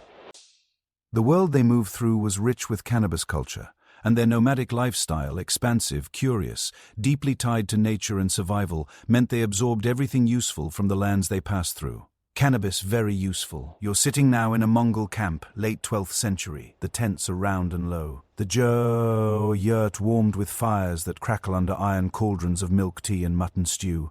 A shaman sits near the fire, a bundle of herbs in his lap, humming a melody that sounds half like a chant, half like wind. He adds something to the coals. Not incense, not food. A resinous clump cannabis. The scent hits you. Spicy, sharp, strangely sweet. Here's your hard fact. Archaeological finds from Siberia and the Altai region. Traditional Mongol territories have turned up burial mounds with cannabis seeds, hemp fibers, and even wooden containers with traces of THC. Some of these finds date back well before Genghis Khan's time, which means cannabis use was embedded in the culture long before the empire exploded across the map. And it wasn't just fiber for ropes and bows. The psychoactive side of the plant was known, used, passed down in ritual. Among the Mongols, shamans called Bu or Kam played critical roles. They weren't just healers. They were intermediaries between the human world and the spirit realm. And cannabis, a bridge, not always necessary but frequently helpful. It was burned in rituals, smoked in combination with other herbs, or ingested in pastes. You didn't just light up for fun. Those who used it did so to speak to ancestors, ward off evil, or see the shape of fate before making a decision. There's a fringe theory still up for scholarly debate that Mongol shamans would use cannabis to induce trances before divination rituals. In these altered states, they'd interpret bones, stars, or the flight of birds to guide their leaders. While no first-hand record of cannabis use in these rituals survives, the circumstantial. The practices needed altered states. The shamans weren't shy about using every tool they had. 2 + 2 doesn't always equal hash, but in this case, maybe. Cannabis also had practical uses in the Mongol world. Soldiers chewed seeds for energy. Oils were used to treat inflammation, sore muscles, and wounds. In a world where you might ride 100 miles in a day and get ambushed by rebels before breakfast, any plant that eased pain and kept you sharp was worth keeping close. There are accounts, though scattered and second-hand, of Mongol healers applying cannabis-infused salves to battlefield injuries. Again, not a miracle cure, but helpful. And that was enough. Now imagine this scene. A general sits outside his tent, the camp quiet around him. Scouts have returned. Maps lie folded beside a bowl of milk tea. His shaman lights a small fire, says nothing, and begins burning herbs. The general closes his eyes. The smoke drifts upward, mixing with stars. No visions, no madness, just clarity. He stands, decides. Tomorrow they ride east. But not everyone was so composed. Here's your quirky bit. There are tales of lower-ranked warriors and camp followers using cannabis recreationally, especially during downtime between campaigns. Games were played, songs were sung, pipes were passed. Mongol culture wasn't stiff, it was flexible, adaptive. If cannabis helped pass a freezing night on the steppe, it was welcomed. Some scholars argue that the Mongols acted as a key vector for spreading cannabis across Eurasia. As they conquered and settled from China to Eastern Europe, they carried seeds, tools, customs. Cannabis wasn't the only thing they spread, but it may have ridden in their saddlebags, planted in fields along supply routes, shared with locals, and absorbed into new rituals. And here's where things get even more layered. The Mongol Empire was a cultural blender. It connected the Islamic world with China, Persia with Russia, ideas. In Persian territories, hashish was already blooming. In China, it was a medicinal staple. In the steppes, it was part of spiritual life. Under Mongol rule, these threads wove tighter. Knowledge was exchanged, practices blurred, and the plant kept moving. You're traveling now with a caravan under Mongol protection somewhere in Central Asia. A Chinese herbalist sits beside a Persian scholar. One discusses tinctures, the other shares recipes. A Turkic trader offers dried cannabis flowers for barter. No one flinches. No one calls it sinful. It's known. And known things are traded, not feared. Back in camp, the warriors prepare for another ride. A healer kneels by the fire, grinding herbs for the wounded. One of the injured lies back, groaning softly as a paste is applied to his leg. He breathes deeply. The pain dulls. Outside, a shaman prays, not with incense, but with smoke curling from his own small pipe. You sit nearby, watching. No one speaks. Because in this world, cannabis doesn't need permission, it just fits. Not glorified, not demonized, not questioned. Just one more useful plant in the vast, wide toolkit of a people who built the largest land empire the world has ever seen.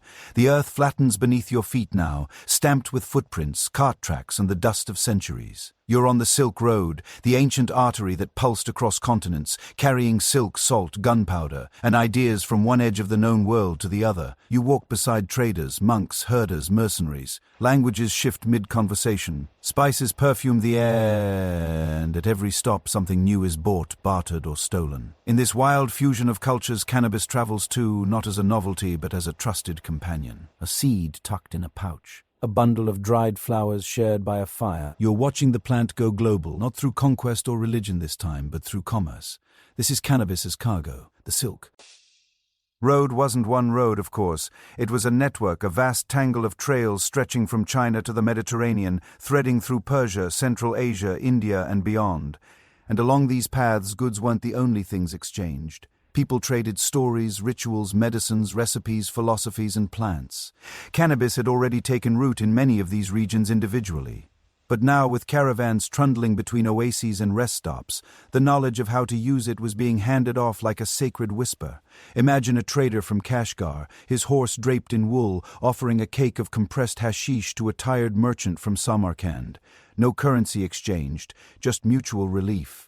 Later, that same merchant sells a small pouch of seeds to a healer in Kerman, who adds them to his herb kit, not knowing they'll thrive in his village's soil for generations. A few stops later, a Buddhist monk accepts a tiny dose of cannabis resin to help him sleep before the next mountain pass.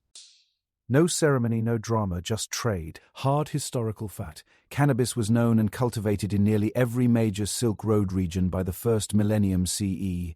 China used it medically and for textiles. India revered it spiritually. Persia processed it into hashish. The Turkic tribes of Central Asia smoked and brewed it. Even traders from as far west as the Roman frontier carried hemp fibers and oils. The plant didn't just exist. It was active in the economy, tucked into the web of exchanges that kept the road alive. One of the biggest vectors for cannabis spread, horses, more specifically the nomadic cultures that moved with horses, Scythians, Sogdians, Yuezhi, Mongols, and others. These weren't just traders. They were connectors, traveling between cultures and making them overlap. They knew which herbs soothed a restless child, which resin kept a saddle supple, and which smoke quieted nightmares. Cannabis moved with them. It was planted along the route, smoked at rest stops, gifted. It wasn't exotic, it was practical, beloved, baked into the very rhythm of migration. Here's a quirky footnote. Some early Chinese medical texts from the Han Dynasty mention the use of cannabis to loosen the tongue and open the heart. That's a poetic way to describe its social use. But think of what that means on the Silk Road. A place where strangers meet, language barriers abound, and trust must be built over cups of tea and long nights. Cannabis didn't just dull pain, it softened boundaries. It turned strangers into traveling companions. In this context, it's not medicine, it's diplomacy. Now you're crouched near a caravanserai, a roadside inn built of mud brick and shade. The camels grunt in the courtyard, their breath steaming in the evening chill. You sit with two merchants, one from India, the other from a city you've never heard of, both of them chewing on sweet dates and laughing at a joke that doesn't need translation. One produces a small carved pipe, the bowl already filled. Its cannabis crumbled fine, warmed by coals. You take a puff. The world doesn't explode. It expands. In the background, a lute is plucked, its notes soft and repetitive. The scent of cardamom drifts from the kitchen. You're not high, you're present. And that's the point here. Cannabis isn't about transcendence or healing. It's about smoothing the road between people. It oils the gears of culture. One open, scholarly debate concerns how fast cannabis traveled across the Silk Road. Some say it was already global by the time of early Han China, spreading naturally from India and Central Asia without needing formal trade. Others argue it became widespread much later, around the 10th to 12th centuries, when hashish production and organized trade in psychoactive goods ramped up. Either way, the archaeology backs it up. Cannabis seeds, fibers and residue pop up in digs all along the route from Chinese tombs to Iranian desert outposts. The Silk Road also helped transform the form of cannabis. Not just seeds and dried flowers, but hashish, portable, concentrated, long-lasting, perfect for travelers. It's easier to carry a pressed block of resin than a bag of leaves. Easier to smoke it discreetly. Easier to mix it into food, tea, or oil for topical use. And so cannabis's shape evolves along with its geography. The road doesn't just spread the plant, it refines it. And let's not forget the fringe. There are tales, largely unconfirmed, of cannabis being traded alongside opium in the great port cities, smuggled into spice shipments, or swapped under the table during imperial negotiations. No one writes about it in official ledgers. But like the Silk Road itself, some of its most important traffic happened quietly beneath notice. You sit now in the sleeping silence of the caravanserai courtyard. The stars thick above you like scattered salt. Somewhere nearby, a donkey brays. Someone's coughing in their sleep. Your head is like your body's to its last coal. The man beside you, who speaks 5 languages and none of them yours, smiles, nods once, and returns to silence. You don't need words. The road, the smoke, and the shared relief are enough. Cannabis is no longer regional. It's gone world-class. And it didn't do it by conquest or ceremony. It did it the old-fashioned way. One conversation, one trade. One puff at a time, step off the caravan trail now. Shake the dust from your boots and walk into a darker, damper corner of the world, into medieval Europe, where the air is heavy with incense, the bells toll relentlessly, and fear seeps into the bones of every stone chapel and muddy street. You've landed in a time when herbs are suspicious, dreams are dangerous, and the devil is said to lurk in hedgerows. This is the era of witches, monks, plagues, and paranoia. And cannabis, it's here, but not in the way you've seen before. It's no longer the healer's ally or the mystic's key. It's something whispered about, something folded into potions, salves, and ointments. You're about to meet weed's witchy phase. Let's start with the obvious. Medieval Europe didn't love psychoactive anything unless it came from fermented grapes and was blessed by a priest. The Catholic Church had a tight grip on spiritual authority, and anything that hinted at paganism, nature worship, or unregulated ecstasy was quickly condemned as heresy or worse. That didn't stop people, of course. It just made them quieter. Here's your hard fact. Cannabis was cultivated in Europe during the Middle Ages primarily for hemp. Think rope, sails, cloth, paper, vital stuff. By the 13th century, hemp fields dotted the countryside from France to Poland. Farmers grew it. Governments taxed it. Monks copied texts on parchment made from it. The plant was everywhere, but its psychoactive side stayed under the radar. Or did it? This is where things get weird. There are records scattered, incomplete, and often framed through the lens of fear, suggesting that women, especially midwives and herbalists, were using cannabis in their remedies, not for parties, for pain, for childbirth, for sleeplessness. These women, often labeled wise women by locals and witches by the church, brewed salves and bombs from a mix of plants: belladonna, henbane, mandrake, poppy, and yes, cannabis. Their concoctions were rubbed on skin, massaged into joints, and in some cases applied internally. These weren't casual edibles. They were ointments, and they work sometimes too well. Enter the infamous flying ointments. These recipes passed down in coded phrases and sometimes scrawled into grimoires combined several hallucinogenic herbs often suspended in animal fat or oil. The user would apply the salve to mucous membranes. Yes, the sensitive parts allowing the psychoactive compounds to bypass the digestive system and hit fast. The sensation, flight, out-of-body experiences, visions of traveling through the sky, speaking to spirits, dancing with the dead. Did they literally believe they flew? Aye, it's debatable. But in a world where physical and spiritual reality blurred, those experiences were real enough. Cannabis played a role in some of those recipes. Maybe not the star ingredient, but definitely in the ensemble cast. Its inclusion was likely to mellow the more intense effects of tropane alkaloids from other herbs to ease the body while the mind danced in the storm. Think of it as the grounding wire keeping the user tethered just enough not to scream themselves into the next village.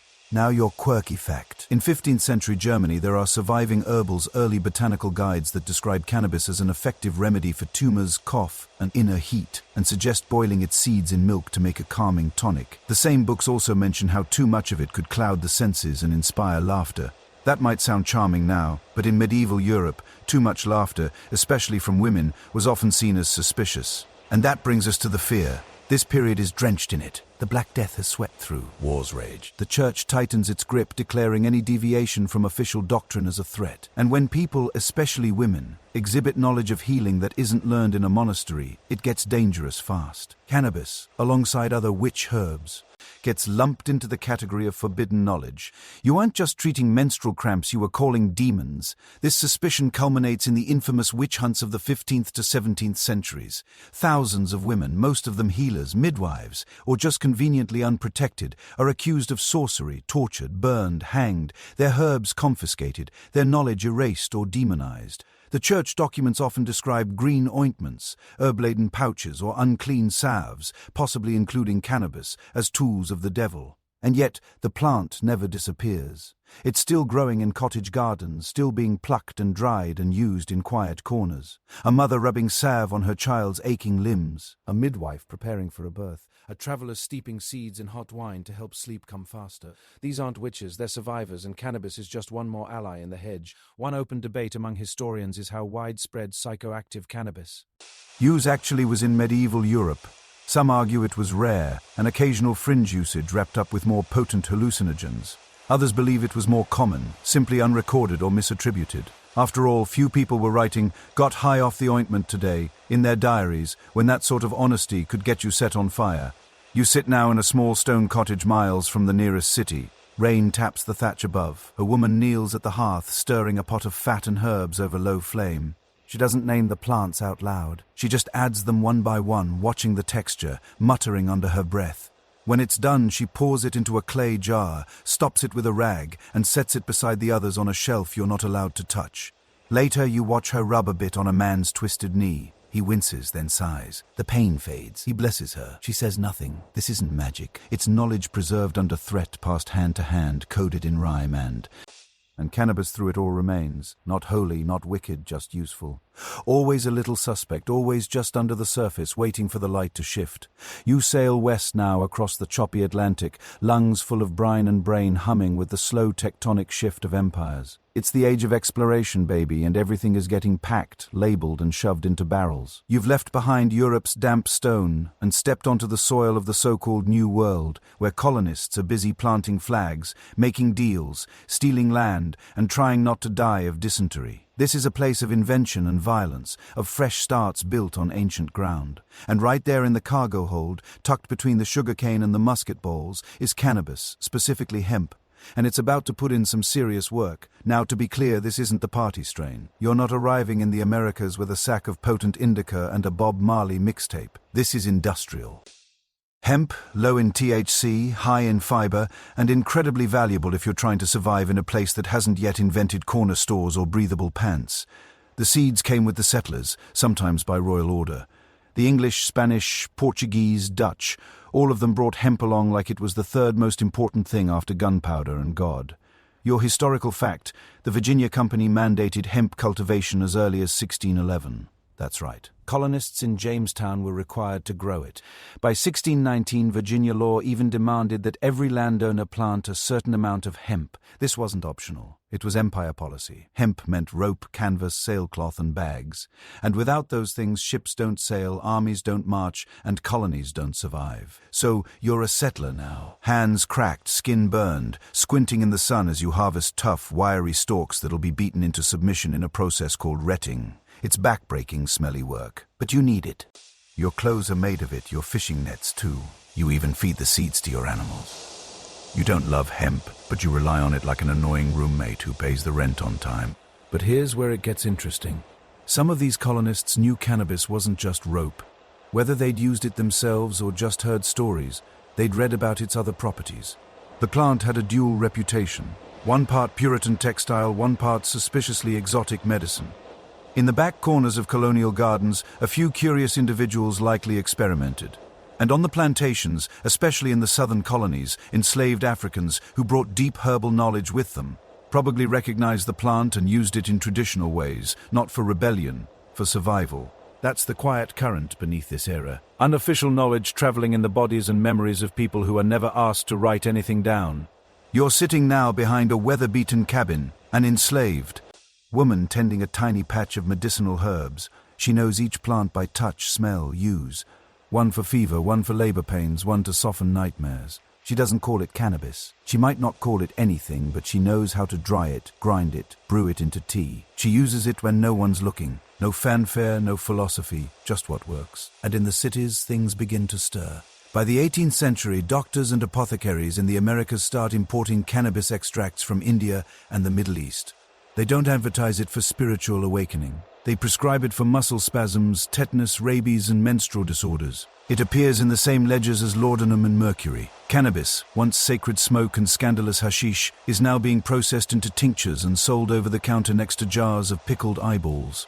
Progress. One quirky detail, George Washington, yes, that George, grew hemp, lots of it. Records from Mount Vernon show that he planted it year after year and even experimented with different methods of harvesting for fiber. He wasn't getting high in his powder wig, but he definitely knew his way around a hemp field. And there's a brief tantalizing note in one of his journals where he mentions separating male and female plants, which some interpret as an effort to maximize resin production. Was George dabbling in psychoactive strains? Probably not, but the dude was observant. Meanwhile, across the Atlantic, attitudes about cannabis begin to shift again.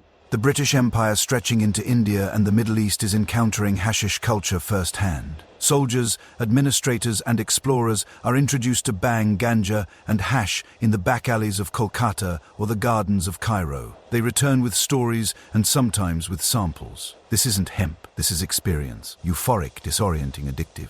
And it creates a new kind of tension because as the British expand their control, they also start building their own. Bureaucracy around cannabis. By the late 1800s, the Indian Hemp Drugs Commission is assembled to investigate just how dangerous all this plant worship really is.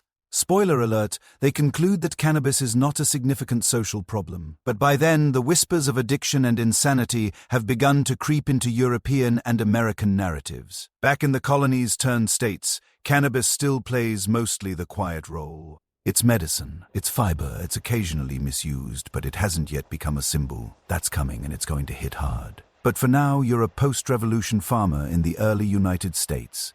And you're growing hemp because the Navy needs it, because your clothes demand it, and because it grows like a weed, which of course it is. You've heard of the other kind.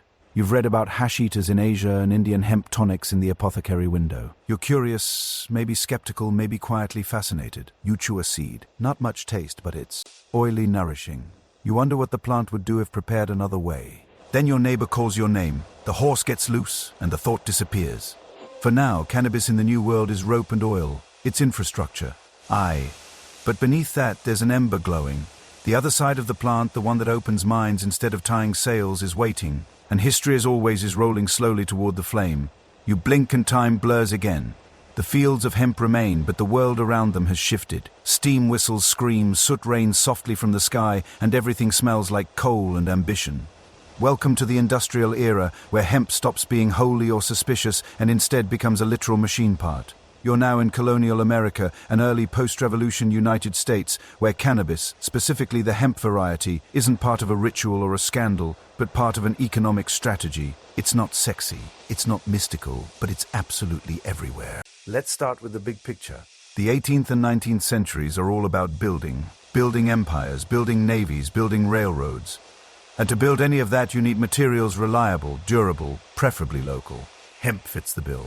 It becomes one of the foundational crops in America's early economy, particularly in the South and the emerging Midwestern frontier. You grow it for rope, sails, nets, sacks, and paper. Hemp paper prints Bibles. Hemp twine ties up mailbags. Hemp fiber strings up the rigging of ships that ferry goods to Europe and beyond. It's not glamorous. It's just infrastructure. Here's your hard historical fact. By the early 1800s, Kentucky was the U.S. capital of hemp production. It had the climate, the soil, and the sheer amount of land needed to scale up. Hemp wasn't just a backyard project anymore. It was industrialized. In fact, at its peak, Kentucky produced over 40,000 tons of hemp annually. That's not backyard hobby farming. That's big agriculture. Guess what powered that agriculture? Enslaved labor. This is the part where the story darkens. While most people associate slavery with cotton and sugarcane, hemp was also heavily reliant on the forced labor of black Americans. Harvesting hemp was brutal work. Cutting, retting, drying, beating, and breaking the stalks by hand. Slaves were often tasked with the filthiest, most grueling parts of this process, especially retting, which involved soaking the stalks in water until the fibers began to rot away from the woody core. The smell was overwhelming, the labor constant, the reward non-existent. So while the product was used to rig freedom ships and print liberty tracts, it was built on backs that had none. That's the uncomfortable irony of American hemp, praised for its utility but extracted with cruelty. Meanwhile, the psychoactive side of cannabis was slowly creeping into American life, mostly through the back door of European colonial trade, hashish, tinctures, and Indian cannabis. Preparations began arriving in pharmacies and apothecaries. You could walk into a druggist in Boston or New York and find cannabis-based products marketed for everything from hysteria to migraines to sexual dysfunction. It came in bottles, lozenges, and oils. It wasn't regulated because nothing was yet. Cocaine was in toothache drops. Morphine was handed out like mints. And cannabis, it was mild, manageable, and available. One quirky cultural note: by the mid-1800s, American literary elites began dabbling in cannabis-infused writing sessions. Hashish clubs, copycat versions of the more famous Parisian ones, sprang up in New York and Boston. Writers and artists would gather, consume hashish in carefully measured doses, and then drift into long, dreamlike conversations about art, consciousness, and the nature of time. It never went mainstream, but it made a mark. Some journals from the time describe experiences of floating, visions of swirling color, and intense introspection. Others just describe people laughing until they fell out of chairs.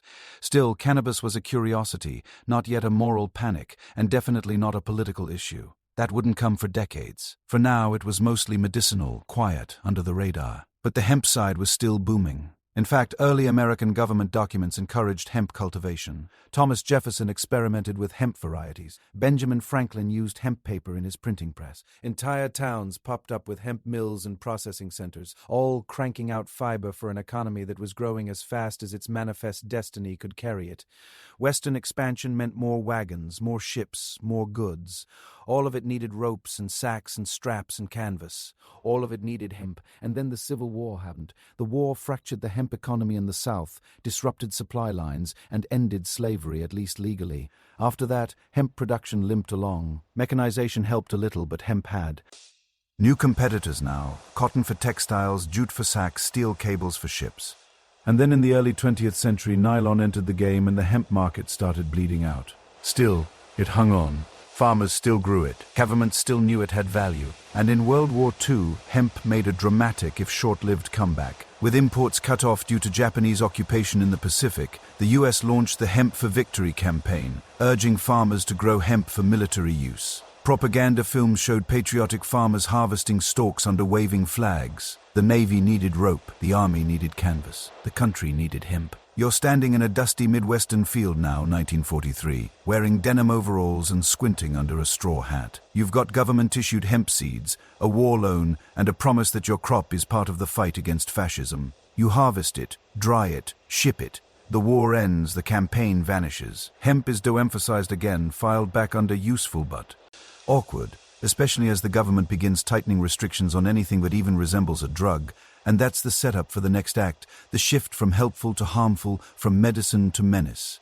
But here, in the late 19th and early 20th centuries, you're watching cannabis exist in a bizarre in-between. Hemp is treated like lumber. Medicine is treated like mystery. And the plant's true psychoactive power is still viewed through a cloudy lens of curiosity and colonial science. You wipe your brow, look over the drying racks, and see a plant that has served you well, but that others are starting to whisper about. The rope is fraying, and the next time you hear cannabis mentioned, it won't be about ships or tinctures.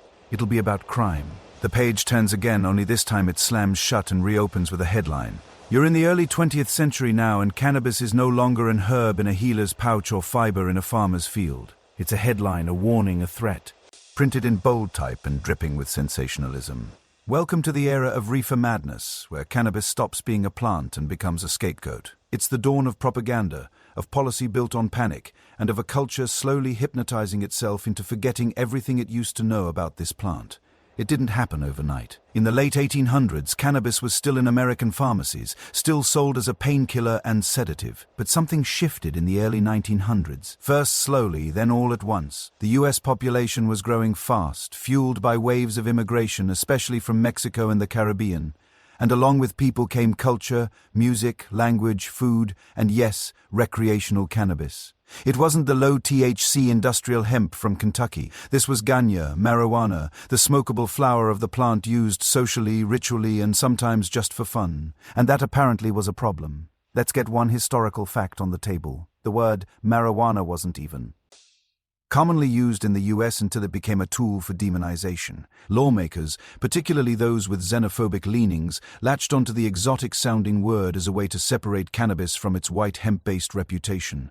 By calling it marijuana, it sounded more foreign, more dangerous, and conveniently, it gave politicians an excuse to tie the plant to Mexican immigrants, black jazz musicians, and deviant behaviors in the eyes of the conservative white public. Enter Harry Anslinger. Anslinger was the first commissioner of the Federal Bureau of Narcotics and arguably the single most influential figure in cannabis criminalization. He wasn't subtle. He called cannabis a deadly menace, and his reports were full of unverified anecdotes. Teenagers going insane, jazz musicians corrupting white girls, murders blamed on a single joint. It was racist, classist, and utterly lacking in scientific rigor. But it worked. The press loved it. Politicians ran with it. And soon the public was primed to fear a plant they'd been quietly growing for centuries. And here's your quirky bit. One of the more bizarre cases Anslinger used to promote cannabis fear was the story of Victor Licata, a young man in Florida who murdered his family in 1933. Anslinger blamed the killings on marijuana. The press ran with it. What they didn't say, Licata had a documented history of severe mental illness, and no conclusive evidence of cannabis use was ever presented. But the story was too good to fact-check, and the damage was done. By 1937, the Marijuana Tax Act was passed. It didn't outright ban cannabis, but it made it so difficult and risky to grow, sell, or possess that it might as well have.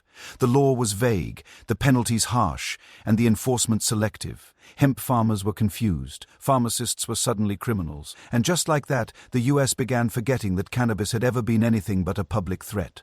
You're sitting in a theater now in 1936, watching a low-budget film called Reefer Madness. The acting is wooden. Young, clean-cut kids smoke one joint and immediately descend into a spiral of jazz, sex, insanity, and death. It's laughable now, but at the time it was deadly serious. Films like these weren't meant to entertain. They were moral warnings spread like pamphlets aimed at parents, teachers, and lawmakers. The message was simple. Weed equals ruin. The hypocrisy, of course, was staggering. While cannabis was demonized, alcohol, despite prohibition's brief and disastrous run, returned to shelves with a shrug. Tobacco was celebrated. Opioids were still available with a prescription. But cannabis, that was the criminal's drug, the foreigner's drug, the degenerate's drug, and that framing would haunt the plant for nearly a century. And let's talk about who was targeted. Cannabis laws were enforced unevenly, often weaponized against Black and Latino communities. In Harlem, where jazz was blooming and cannabis was part of the creative and social rhythm, raids became common. Musicians like Louis Armstrong and Cab Calloway were vocal users and constant targets. White college students caught with joints were quietly reprimanded. Black musicians, they got arrested, fined, and smeared in the press. Cannabis had become a tool of social control, yet underground it survived. The jazz clubs still passed joints in the shadows. Some doctors kept quiet stashes of cannabis tincture. In rural communities, old farmers continued growing hemp for personal use, pretending not to notice the new laws. The plant had gone into hiding. Not gone, just waiting. Meanwhile, science was mostly silent. The research dried up under federal pressure. Universities pulled studies. Grants disappeared. The few scientists who dared to investigate cannabis did so cautiously, often under strict supervision. The plant's medical properties were buried under red tape and moral panic, and the gap between what the law said and what people experienced continued to grow. You're in a back room now in the 1940s. A group of musicians is laughing, passing a hand-rolled joint between trumpet solos. No one's committing crimes. No one's going insane. They're talking about melody, memory, the way notes bend in the dark. The smoke is soft, the music smoother. You exhale, nothing explodes, the world just feels slower, more possible. That's the quiet truth that refused to die. Cannabis didn't go away after 1937. It just went underground into jazz clubs, border towns, kitchen gardens, and prison yards. It became illicit, romantic, dangerous, and in doing so it began to evolve. A new culture was forming around it. Not sacred, not medical, not industrial, just rebellious, personal. The next chapter would belong to the ones who saw through the hysteria and decided to light up anyway. The haze lifts and you step into a decade thick with brass and bootlegs, pressed suits and syncopation. It's the 1920s, America's jazz age, it's speakeasy. Ira, a time when everything felt fast, illegal, and alive. The Great War is over. Cities are swelling and music spills from the cracks of every basement club in Harlem, New Orleans, and Chicago. This is where cannabis begins to slip out of the doctor's cabinet and onto the stage, where it stops being a remedy or a rope and starts becoming a rhythm. This is the reefer and ragtime era, and things are about to get smoky. You're in a basement club now. Red light low, cigarette smoke curling in every direction. The band's tuning up, piano keys walking, trumpet brassy and smug. A drum beat starting in someone's chest. And somewhere in the back a joint gets passed. They don't call it weed. They call it muggles or tea or gauge, depending on who's rolling it. No one calls it cannabis. That's too clinical. This isn't medicine. This is mood. Let's start with your historical fact. In the 1920s, cannabis use surged in urban centers, especially in the South and among Black and Latino communities. It was often tied to music, particularly jazz, which was exploding like wildfire out of New Orleans and into the cultural bloodstream of the country.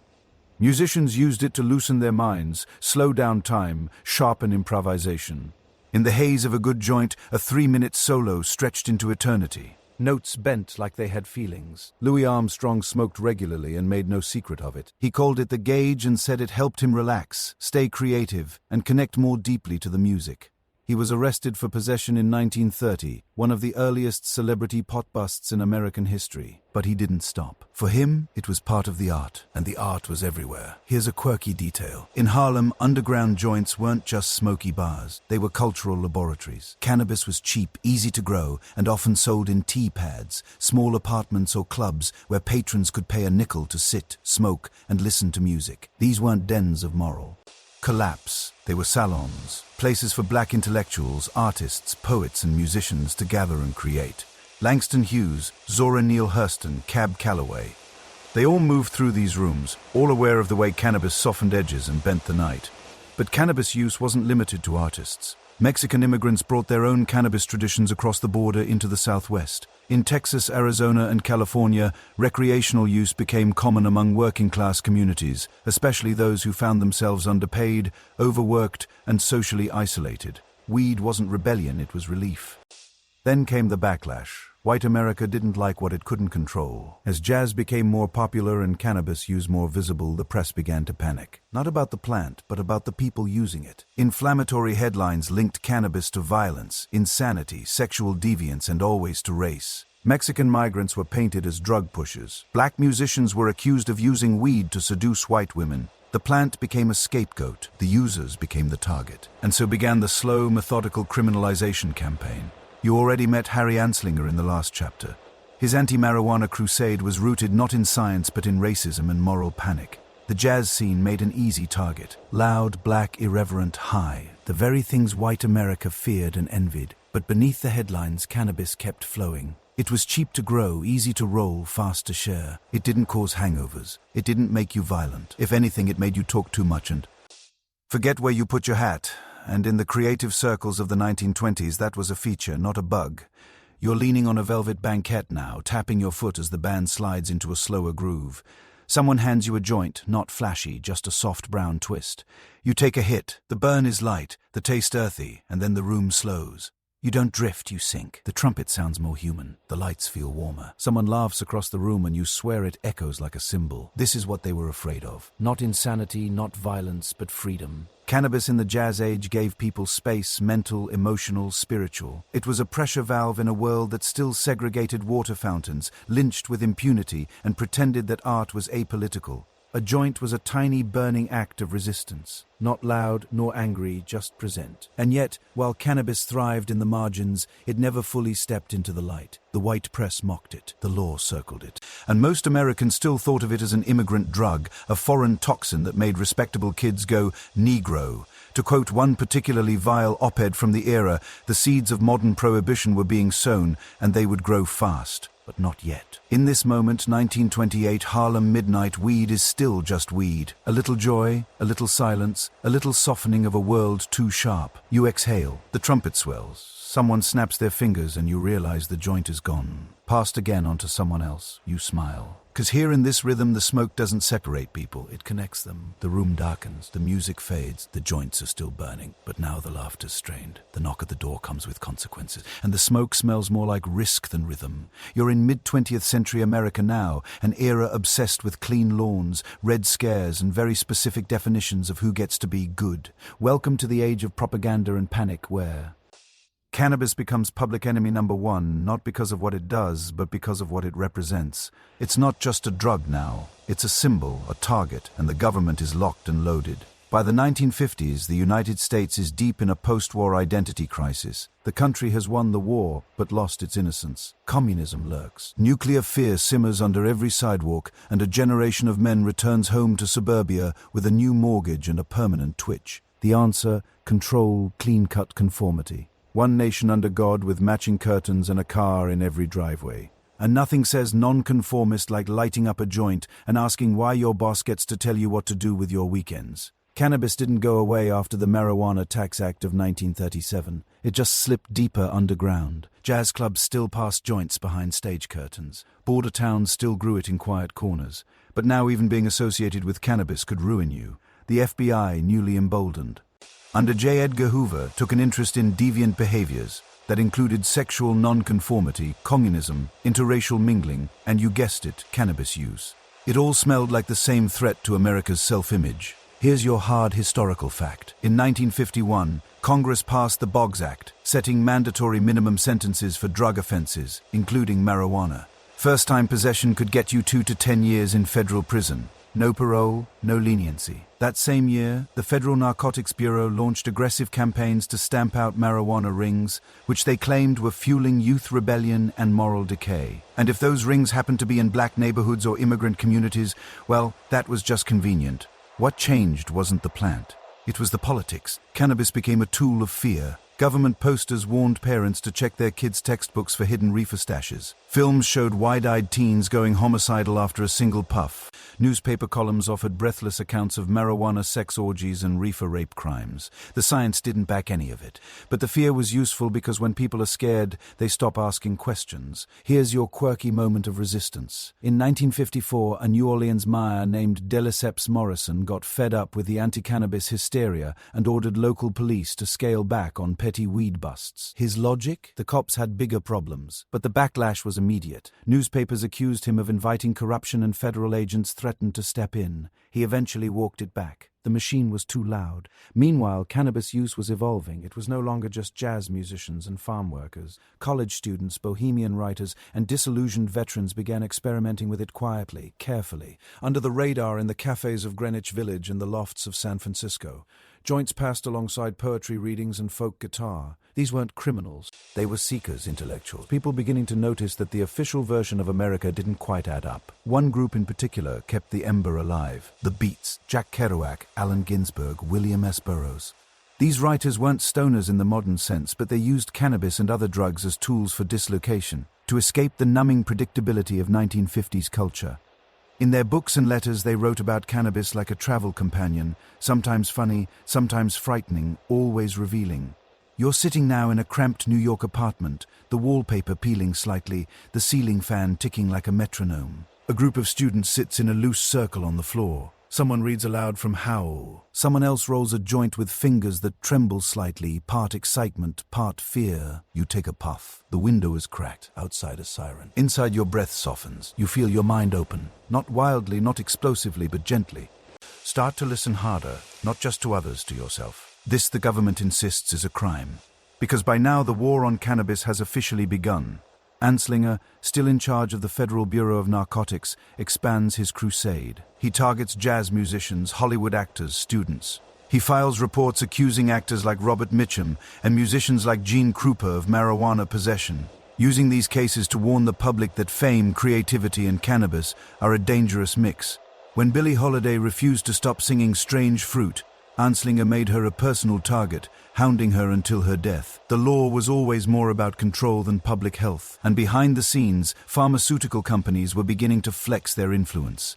They didn't want competition from unpatentable plants. Cannabis was unpredictable, messy, inconsistent. You couldn't brand it, but you could criminalize it, and so they did. One open scholarly debate revolves around how much the anti-cannabis push was driven by racism and how much by corporate interest.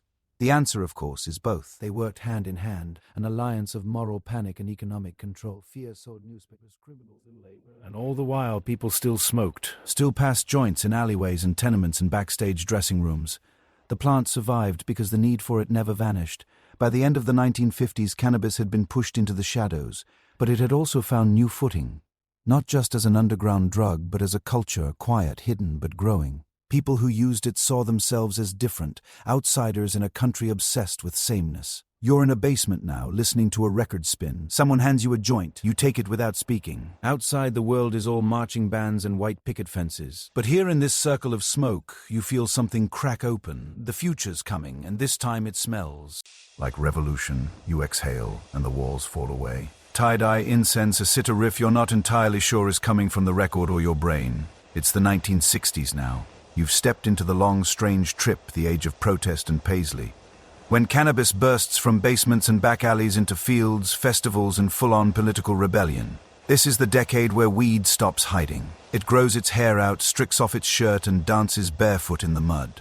You're no longer passing a joint in secret. You're passing it in front of the cops at a concert, wearing a headband and quoting Gandhi. It's peace, love, and pot, and it's going to change everything. To get your bearings, picture a college quad in 1967. The air is thick with patchouli, and someone's handing out mimeographed anti-war flyers next to a bongo circle. A girl in bell-bottoms sits cross-legged beside a sign that reads, "Make love, not war." The Vietnam War has turned millions of young Americans against their own government. Their parents are watching the news, they're lighting incense. You light a joint. And in that moment, weed becomes a line in the sand. Here's your solid historical fact. By 1965, cannabis use among college students in the US had spiked dramatically, particularly on the coasts and in countercultural hotbeds like San Francisco's Haight-Ashbury and New York's East Village. It wasn't just about getting high. It was a symbol. Lighting up was like raising a flag against the war, against the draft, against conformity, capitalism, racism, and whatever else the squares in suits were selling that week. And yet weed was still very much illegal. The 1950s had left behind a patchwork of harsh penalties. Get caught with a joint in some states and you could land 5 years behind bars, but enforcement was uneven. If you were white, upper middle class, and articulate, you might get a warning. If you were black or Latino or poor, you got prison time. Cannabis became one more axis of inequality in a system already built on it. And yet it kept spreading because for every horror story about getting busted with a roach in your sock, there was a story of transcendence, a backyard under the stars. A long conversation that unspooled into philosophy, a song that finally meant something. Cannabis wasn't just mellowing people out, it was opening them. Music sounded deeper, food tasted richer, touch felt like a conversation. And in a country that taught stoicism and obedience, that kind of emotional freedom was dangerous. You're at a concert now. Maybe it's Woodstock, maybe it's just a local park on a Saturday. The grass is littered with blankets, bodies, guitar cases, discarded sandals. The joint makes its way down your row. You inhale. The music feels like it's blooming from the dirt. You don't feel high. You feel right. The drummer's heartbeat syncs with yours. A breeze hits your skin like a revelation. Someone laughs and you swear the sky brightens. Cannabis scary to the establishment, not because it made you dangerous, but because it made you indifferent to their danger. You weren't buying what they were selling, you were opting out one puff at a time. Here's your quirky footnote. In 1967, the Human Bayon event in San Francisco brought together Timothy Leary, Allen Ginsberg, and thousands of hippies for a day of protest, poetry, and psychedelic defiance. Leary famously told the crowd to turn on, tune in, drop out, not just about LSD, but about cannabis too. That phrase became a mantra for a generation determined to reject the rigid structures of 1950s America in favor of something freer, messier, and yes, higher. But not everyone was grooving. In response to the growing drug culture, the US government doubled down. In 1970, just barely missing the decade cutoff, the Controlled Substances Act was passed, officially classifying cannabis as a Schedule I drug alongside heroin and LSD. The criteria: high potential for abuse, no accepted medical use, and no safe level of use, all of which flew directly in the face of existing research and cultural reality. But the law wasn't about facts. It was about control. Still, the 1960s belonged to the people. The culture moved faster than the laws could catch it. Films like Easy Rider and Woodstock depicted open cannabis use. Music celebrated it. Bob Dylan, the Beatles, Janis Joplin, and Jimi Hendrix didn't just smoke. They made it part of their identity. Fans leaned in. Even Middle America started noticing. You're in a suburban living room now. Dad's away. The kids are playing records. The lights are low. And someone's older brother brought something back from college. It smells weird. It makes you cough. But then you're giggling, lying on the carpet, watching shadows dance on the ceiling fan. You're not turning into a criminal. You're turning into yourself. Just more curious, a little softer around the edges. That was the shift. Cannabis became personal. Not a foreign threat, not a medical tonic, just something people wanted. Not to escape, but to feel. More music, more meaning, more connection. And then inevitably the backlash sharpened. By the end of the decade, Richard Nixon was preparing his campaign for the silent majority. Those Americans who didn't like protests, didn't like change, and definitely didn't like their kids getting high. The stage was set for the war on drugs. But before that storm, there was this. A field full of people who didn't trust the government, didn't believe the media, and found more truth in one well-shared joint than in 100 campaign speeches. You're there now, the sun setting, the crowd buzzing with music and mischief. Someone strikes a match, someone sings along, and for a moment everything softens. Cannabis is no longer on the fringe. It's the heartbeat of a movement. And just like that, the music cuts. You open your eyes amidst the 1970s, but not the free. Love, flower in your hair version from the postcards. This is the part of the story where the vibe shifts fast. The colors dim, the walls tighten, and cannabis, once the symbol of peace and rebellion, becomes the enemy of the state. You're now deep in the gears of the war on drugs, where ideology beats science and policies are crafted not with reason, but with resentment. The peace signs are fading, the batons are out, and the war isn't against weed. It's against the people who use it. The Nixon administration doesn't just dislike cannabis, it needs it. Or more precisely, it needs an enemy simple enough to rally voters against. Crime is rising. The economy shaky. The Vietnam War is still bleeding lives and dollars. So Nixon picks his scapegoats. Hippies and black radicals. And cannabis. That's the thread supposedly connecting them both. Never mind that suburban teens are smoking just as much. The rhetoric has no room for nuance. Here's your hard historical fact. In 1971, Nixon officially declares drug abuse to be public enemy number one. The war on drugs is born, not with bullets at first, but with bureaucracy. He creates the Special Action Office for Drug Abuse Prevention and launches aggressive anti-cannabis media campaigns. He also commissions the Schaefer Report, a study by his own appointed team to investigate the actual dangers of marijuana. That report famously concludes that cannabis should not be classified as a Schedule I drug. It suggests decriminalization. Nixon ignores it completely. He wasn't after truth, he was after results. And here's where the open secret becomes a documented conspiracy. Years later, John Ehrlichman, one of Nixon's top aides, openly admits in an interview that the war on drugs was never really about drugs. It was about breaking up the anti-war left and black communities. We knew we couldn't make it illegal to be either against the war or black, he said. But by getting the public to associate the hippies with marijuana and blacks with heroin, and then criminalizing both heavily, we could disrupt those communities. That's not a fringe theory. That's policy. And so the crackdown begins. Police departments receive expanded funding and gear. No-knock raids increase. Arrests skyrocket, mostly for possession, mostly in marginalized neighborhoods. The weed itself hasn't changed. It's still the same plant. The only thing different is the level of fear being pumped into the public about it. You're walking now down a New York sidewalk, 1973. A cop car crawls past. You've got nothing in your pockets, but your hands start sweating anyway. You're not a dealer, you're not a threat, but you're part of a generation that's been rebranded as a criminal, and all it takes is a single traffic stop, a single rolled joint under the seat, to make that label permanent. Still, weed doesn't vanish, it just adapts. College campuses become pockets of resistance. Underground magazines circulate guides to growing, concealing, and sharing cannabis safely. Head shops flourish, selling pipes shaped like wizards and ashtrays that double as legal advice pamphlets. Musicians keep writing songs about it. Cheech and Chong become household names with stoner comedies that somehow sneak past censors and end up in suburban living rooms across America. One quirky moment in 1972, a U.S. customs officer named Keith Stroop, along with a small group of lawyers and activists, founded NORML, the National Organization for the Reform of Marijuana Laws. It's the first major legal advocacy group for cannabis reform. They start small, lobbying for decriminalization at the state level. They're laughed at. Then slowly they start winning. By the mid to late 70s, a wave of states, starting with Oregon in 1973, decriminalizes possession of small amounts of cannabis. It doesn't make weed legal, but it reduces the penalty to a fine. In some places, getting caught with a joint now earns you the same punishment as a speeding ticket. It's not freedom, but it's breathing room. You're at a house party in 1976. The stereo spinning Rumors by Fleetwood Mac, and someone's twisting up a joint the size of a baby carrot.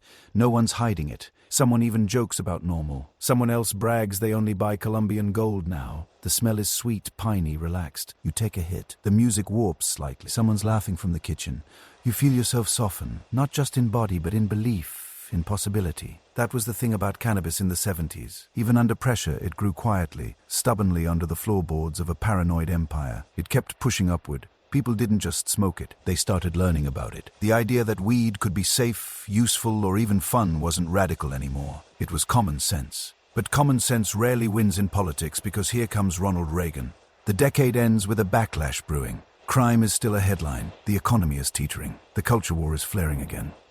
Soon a new administration will come in, one with even sharper teeth, and declare that the war on drugs isn't just a policy, it's a moral crusade on weed.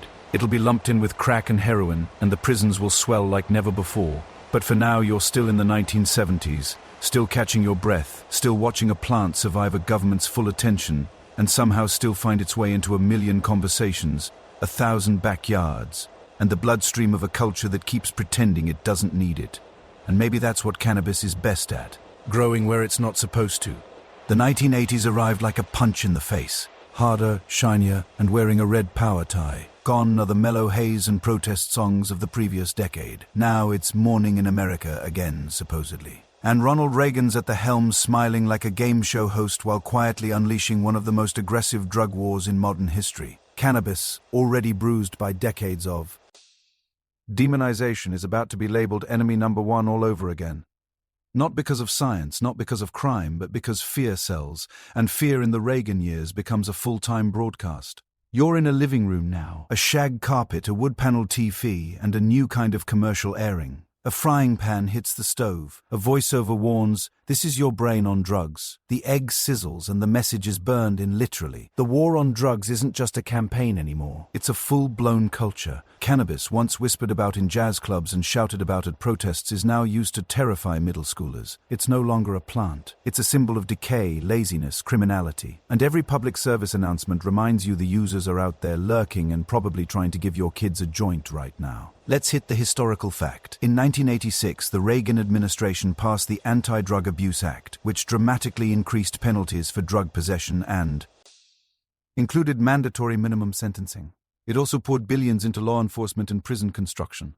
While the law was largely sold as a response to the crack epidemic, cannabis didn't get a pass. In fact, the number of marijuana-related arrests exploded. Between 1980 and 1990, cannabis possession arrests nearly doubled. You could go to prison for years for a plant you could grow in a window box. And who was getting arrested? Overwhelmingly Black and Latino Americans. Despite equal usage rates across races, enforcement was anything but equal. Police presence in inner cities ballooned. Minor offenses turned into lifetime records. The smell of weed became probable cause for everything. You didn't have to be caught smoking, just suspected. Cannabis became the gateway not to harder drugs, but to the prison industrial complex. Meanwhile, in suburbia, the fear was repackaged for TV. You've got Nancy Reagan telling school kids to just say no and first graders repeating the phrase. Like a pledge of allegiance, you've got shows like Different Strokes and Saved by the Bell devoting very special episodes to the horrors of peer pressure. Weed becomes a narrative device, a symbol of the slippery slope, the joint that leads straight to a dead-end alley and a parent's heartbreak. It doesn't matter that none of this is supported by data. It just feels true. And then there's DARE, the Drug Abuse Resistance Education Program. Police officers enter classrooms in full uniform and explain to 10-year-olds that if they so much as look at a joint, they'll ruin their lives. The program is launched nationwide, costing hundreds of millions of dollars, despite early studies showing it has no measurable impact on drug use. But again, this isn't about results. It's about optics. You're sitting in that classroom now. The officer is tall, armed, and friendly in a way that feels a little too practiced. He passes around laminated photos, rotting teeth, jail cells, syringes. Somewhere in there, a joint. You stare at it longer than the others. It doesn't look scary. It looks familiar, like something you've seen in a movie or maybe in your cousin's glove box. But you nod along anyway because you're not stupid. You know which answers get rewarded. Still, the underground keeps growing. By the mid-1980s, cannabis culture starts adapting again. The stoner isn't just a stereotype. It becomes a brand. You get movies like Fast Times at Ridgemont High, Cheech and Chong's Nice Dreams, and Friday the 13th. Rip-offs where someone always dies right after sparking up. The stoner becomes the fool, the comic relief, the warning. And yet, despite the caricature, these characters feel more real than the PSA bots lecturing about frying pan brains. You get the rise of High Times magazine, a publication that doubles as both cannabis lifestyle guide and underground resistance newspaper. It features growing tips, activist news, and glamour shots of massive buds that look like alien flora. Every issue is a middle finger to Reagan's America, printed in full color and sold behind the counter like it's contraband porn. Then comes the fringe breakthrough. The scientific community quietly, carefully starts pushing back. In 1988, an administrative law judge with the DEA named Francis L. Young reviewed the evidence and concluded that cannabis was one of the safest therapeutically active substances known to man. He recommended reclassification. The DEA rejected it. Again, the science didn't matter. The narrative was more powerful. But the cracks in the wall had started forming. Because here's your quirky fact. While the federal government was busy arresting people over a plant, the U.S. government itself was still quietly growing it. At the University of Mississippi, under a program called the Compassionate Investigational New Drug Program, the federal government sent pre-rolled joints to a small group of approved patients suffering from serious conditions like glaucoma and multiple sclerosis. That's right. While thousands were imprisoned for possession, a handful of Americans were receiving government-grown weed by mail. Try explaining that one during a DARE assembly. So, what's the real debate of the 1980s? It's not whether weed is dangerous. It's who gets to decide what danger looks like. Is it the high school dropout lighting up after work or the senator sipping bourbon before voting to increase incarceration funding? Is it the jazz musician, the single mom, the cancer patient, or is it the system itself? You're in a rec room now. It's 1989. There's a lava lamp on the shelf and a Metallica poster peeling off the wall. Someone sparks a joint behind a stack of pizza boxes. The smell cuts through the Axe body spray and the microwave burrito steam. You take a hit. Not because you're rebelling, not because you're chasing some psychedelic vision, but because this feels more honest than the whole adult world put together. That's the quiet. Truth beneath the decades gloss. People kept smoking not because they were criminals, but because they were human. And as the 90s loomed ahead, something began to stir again. Not louder, but smarter.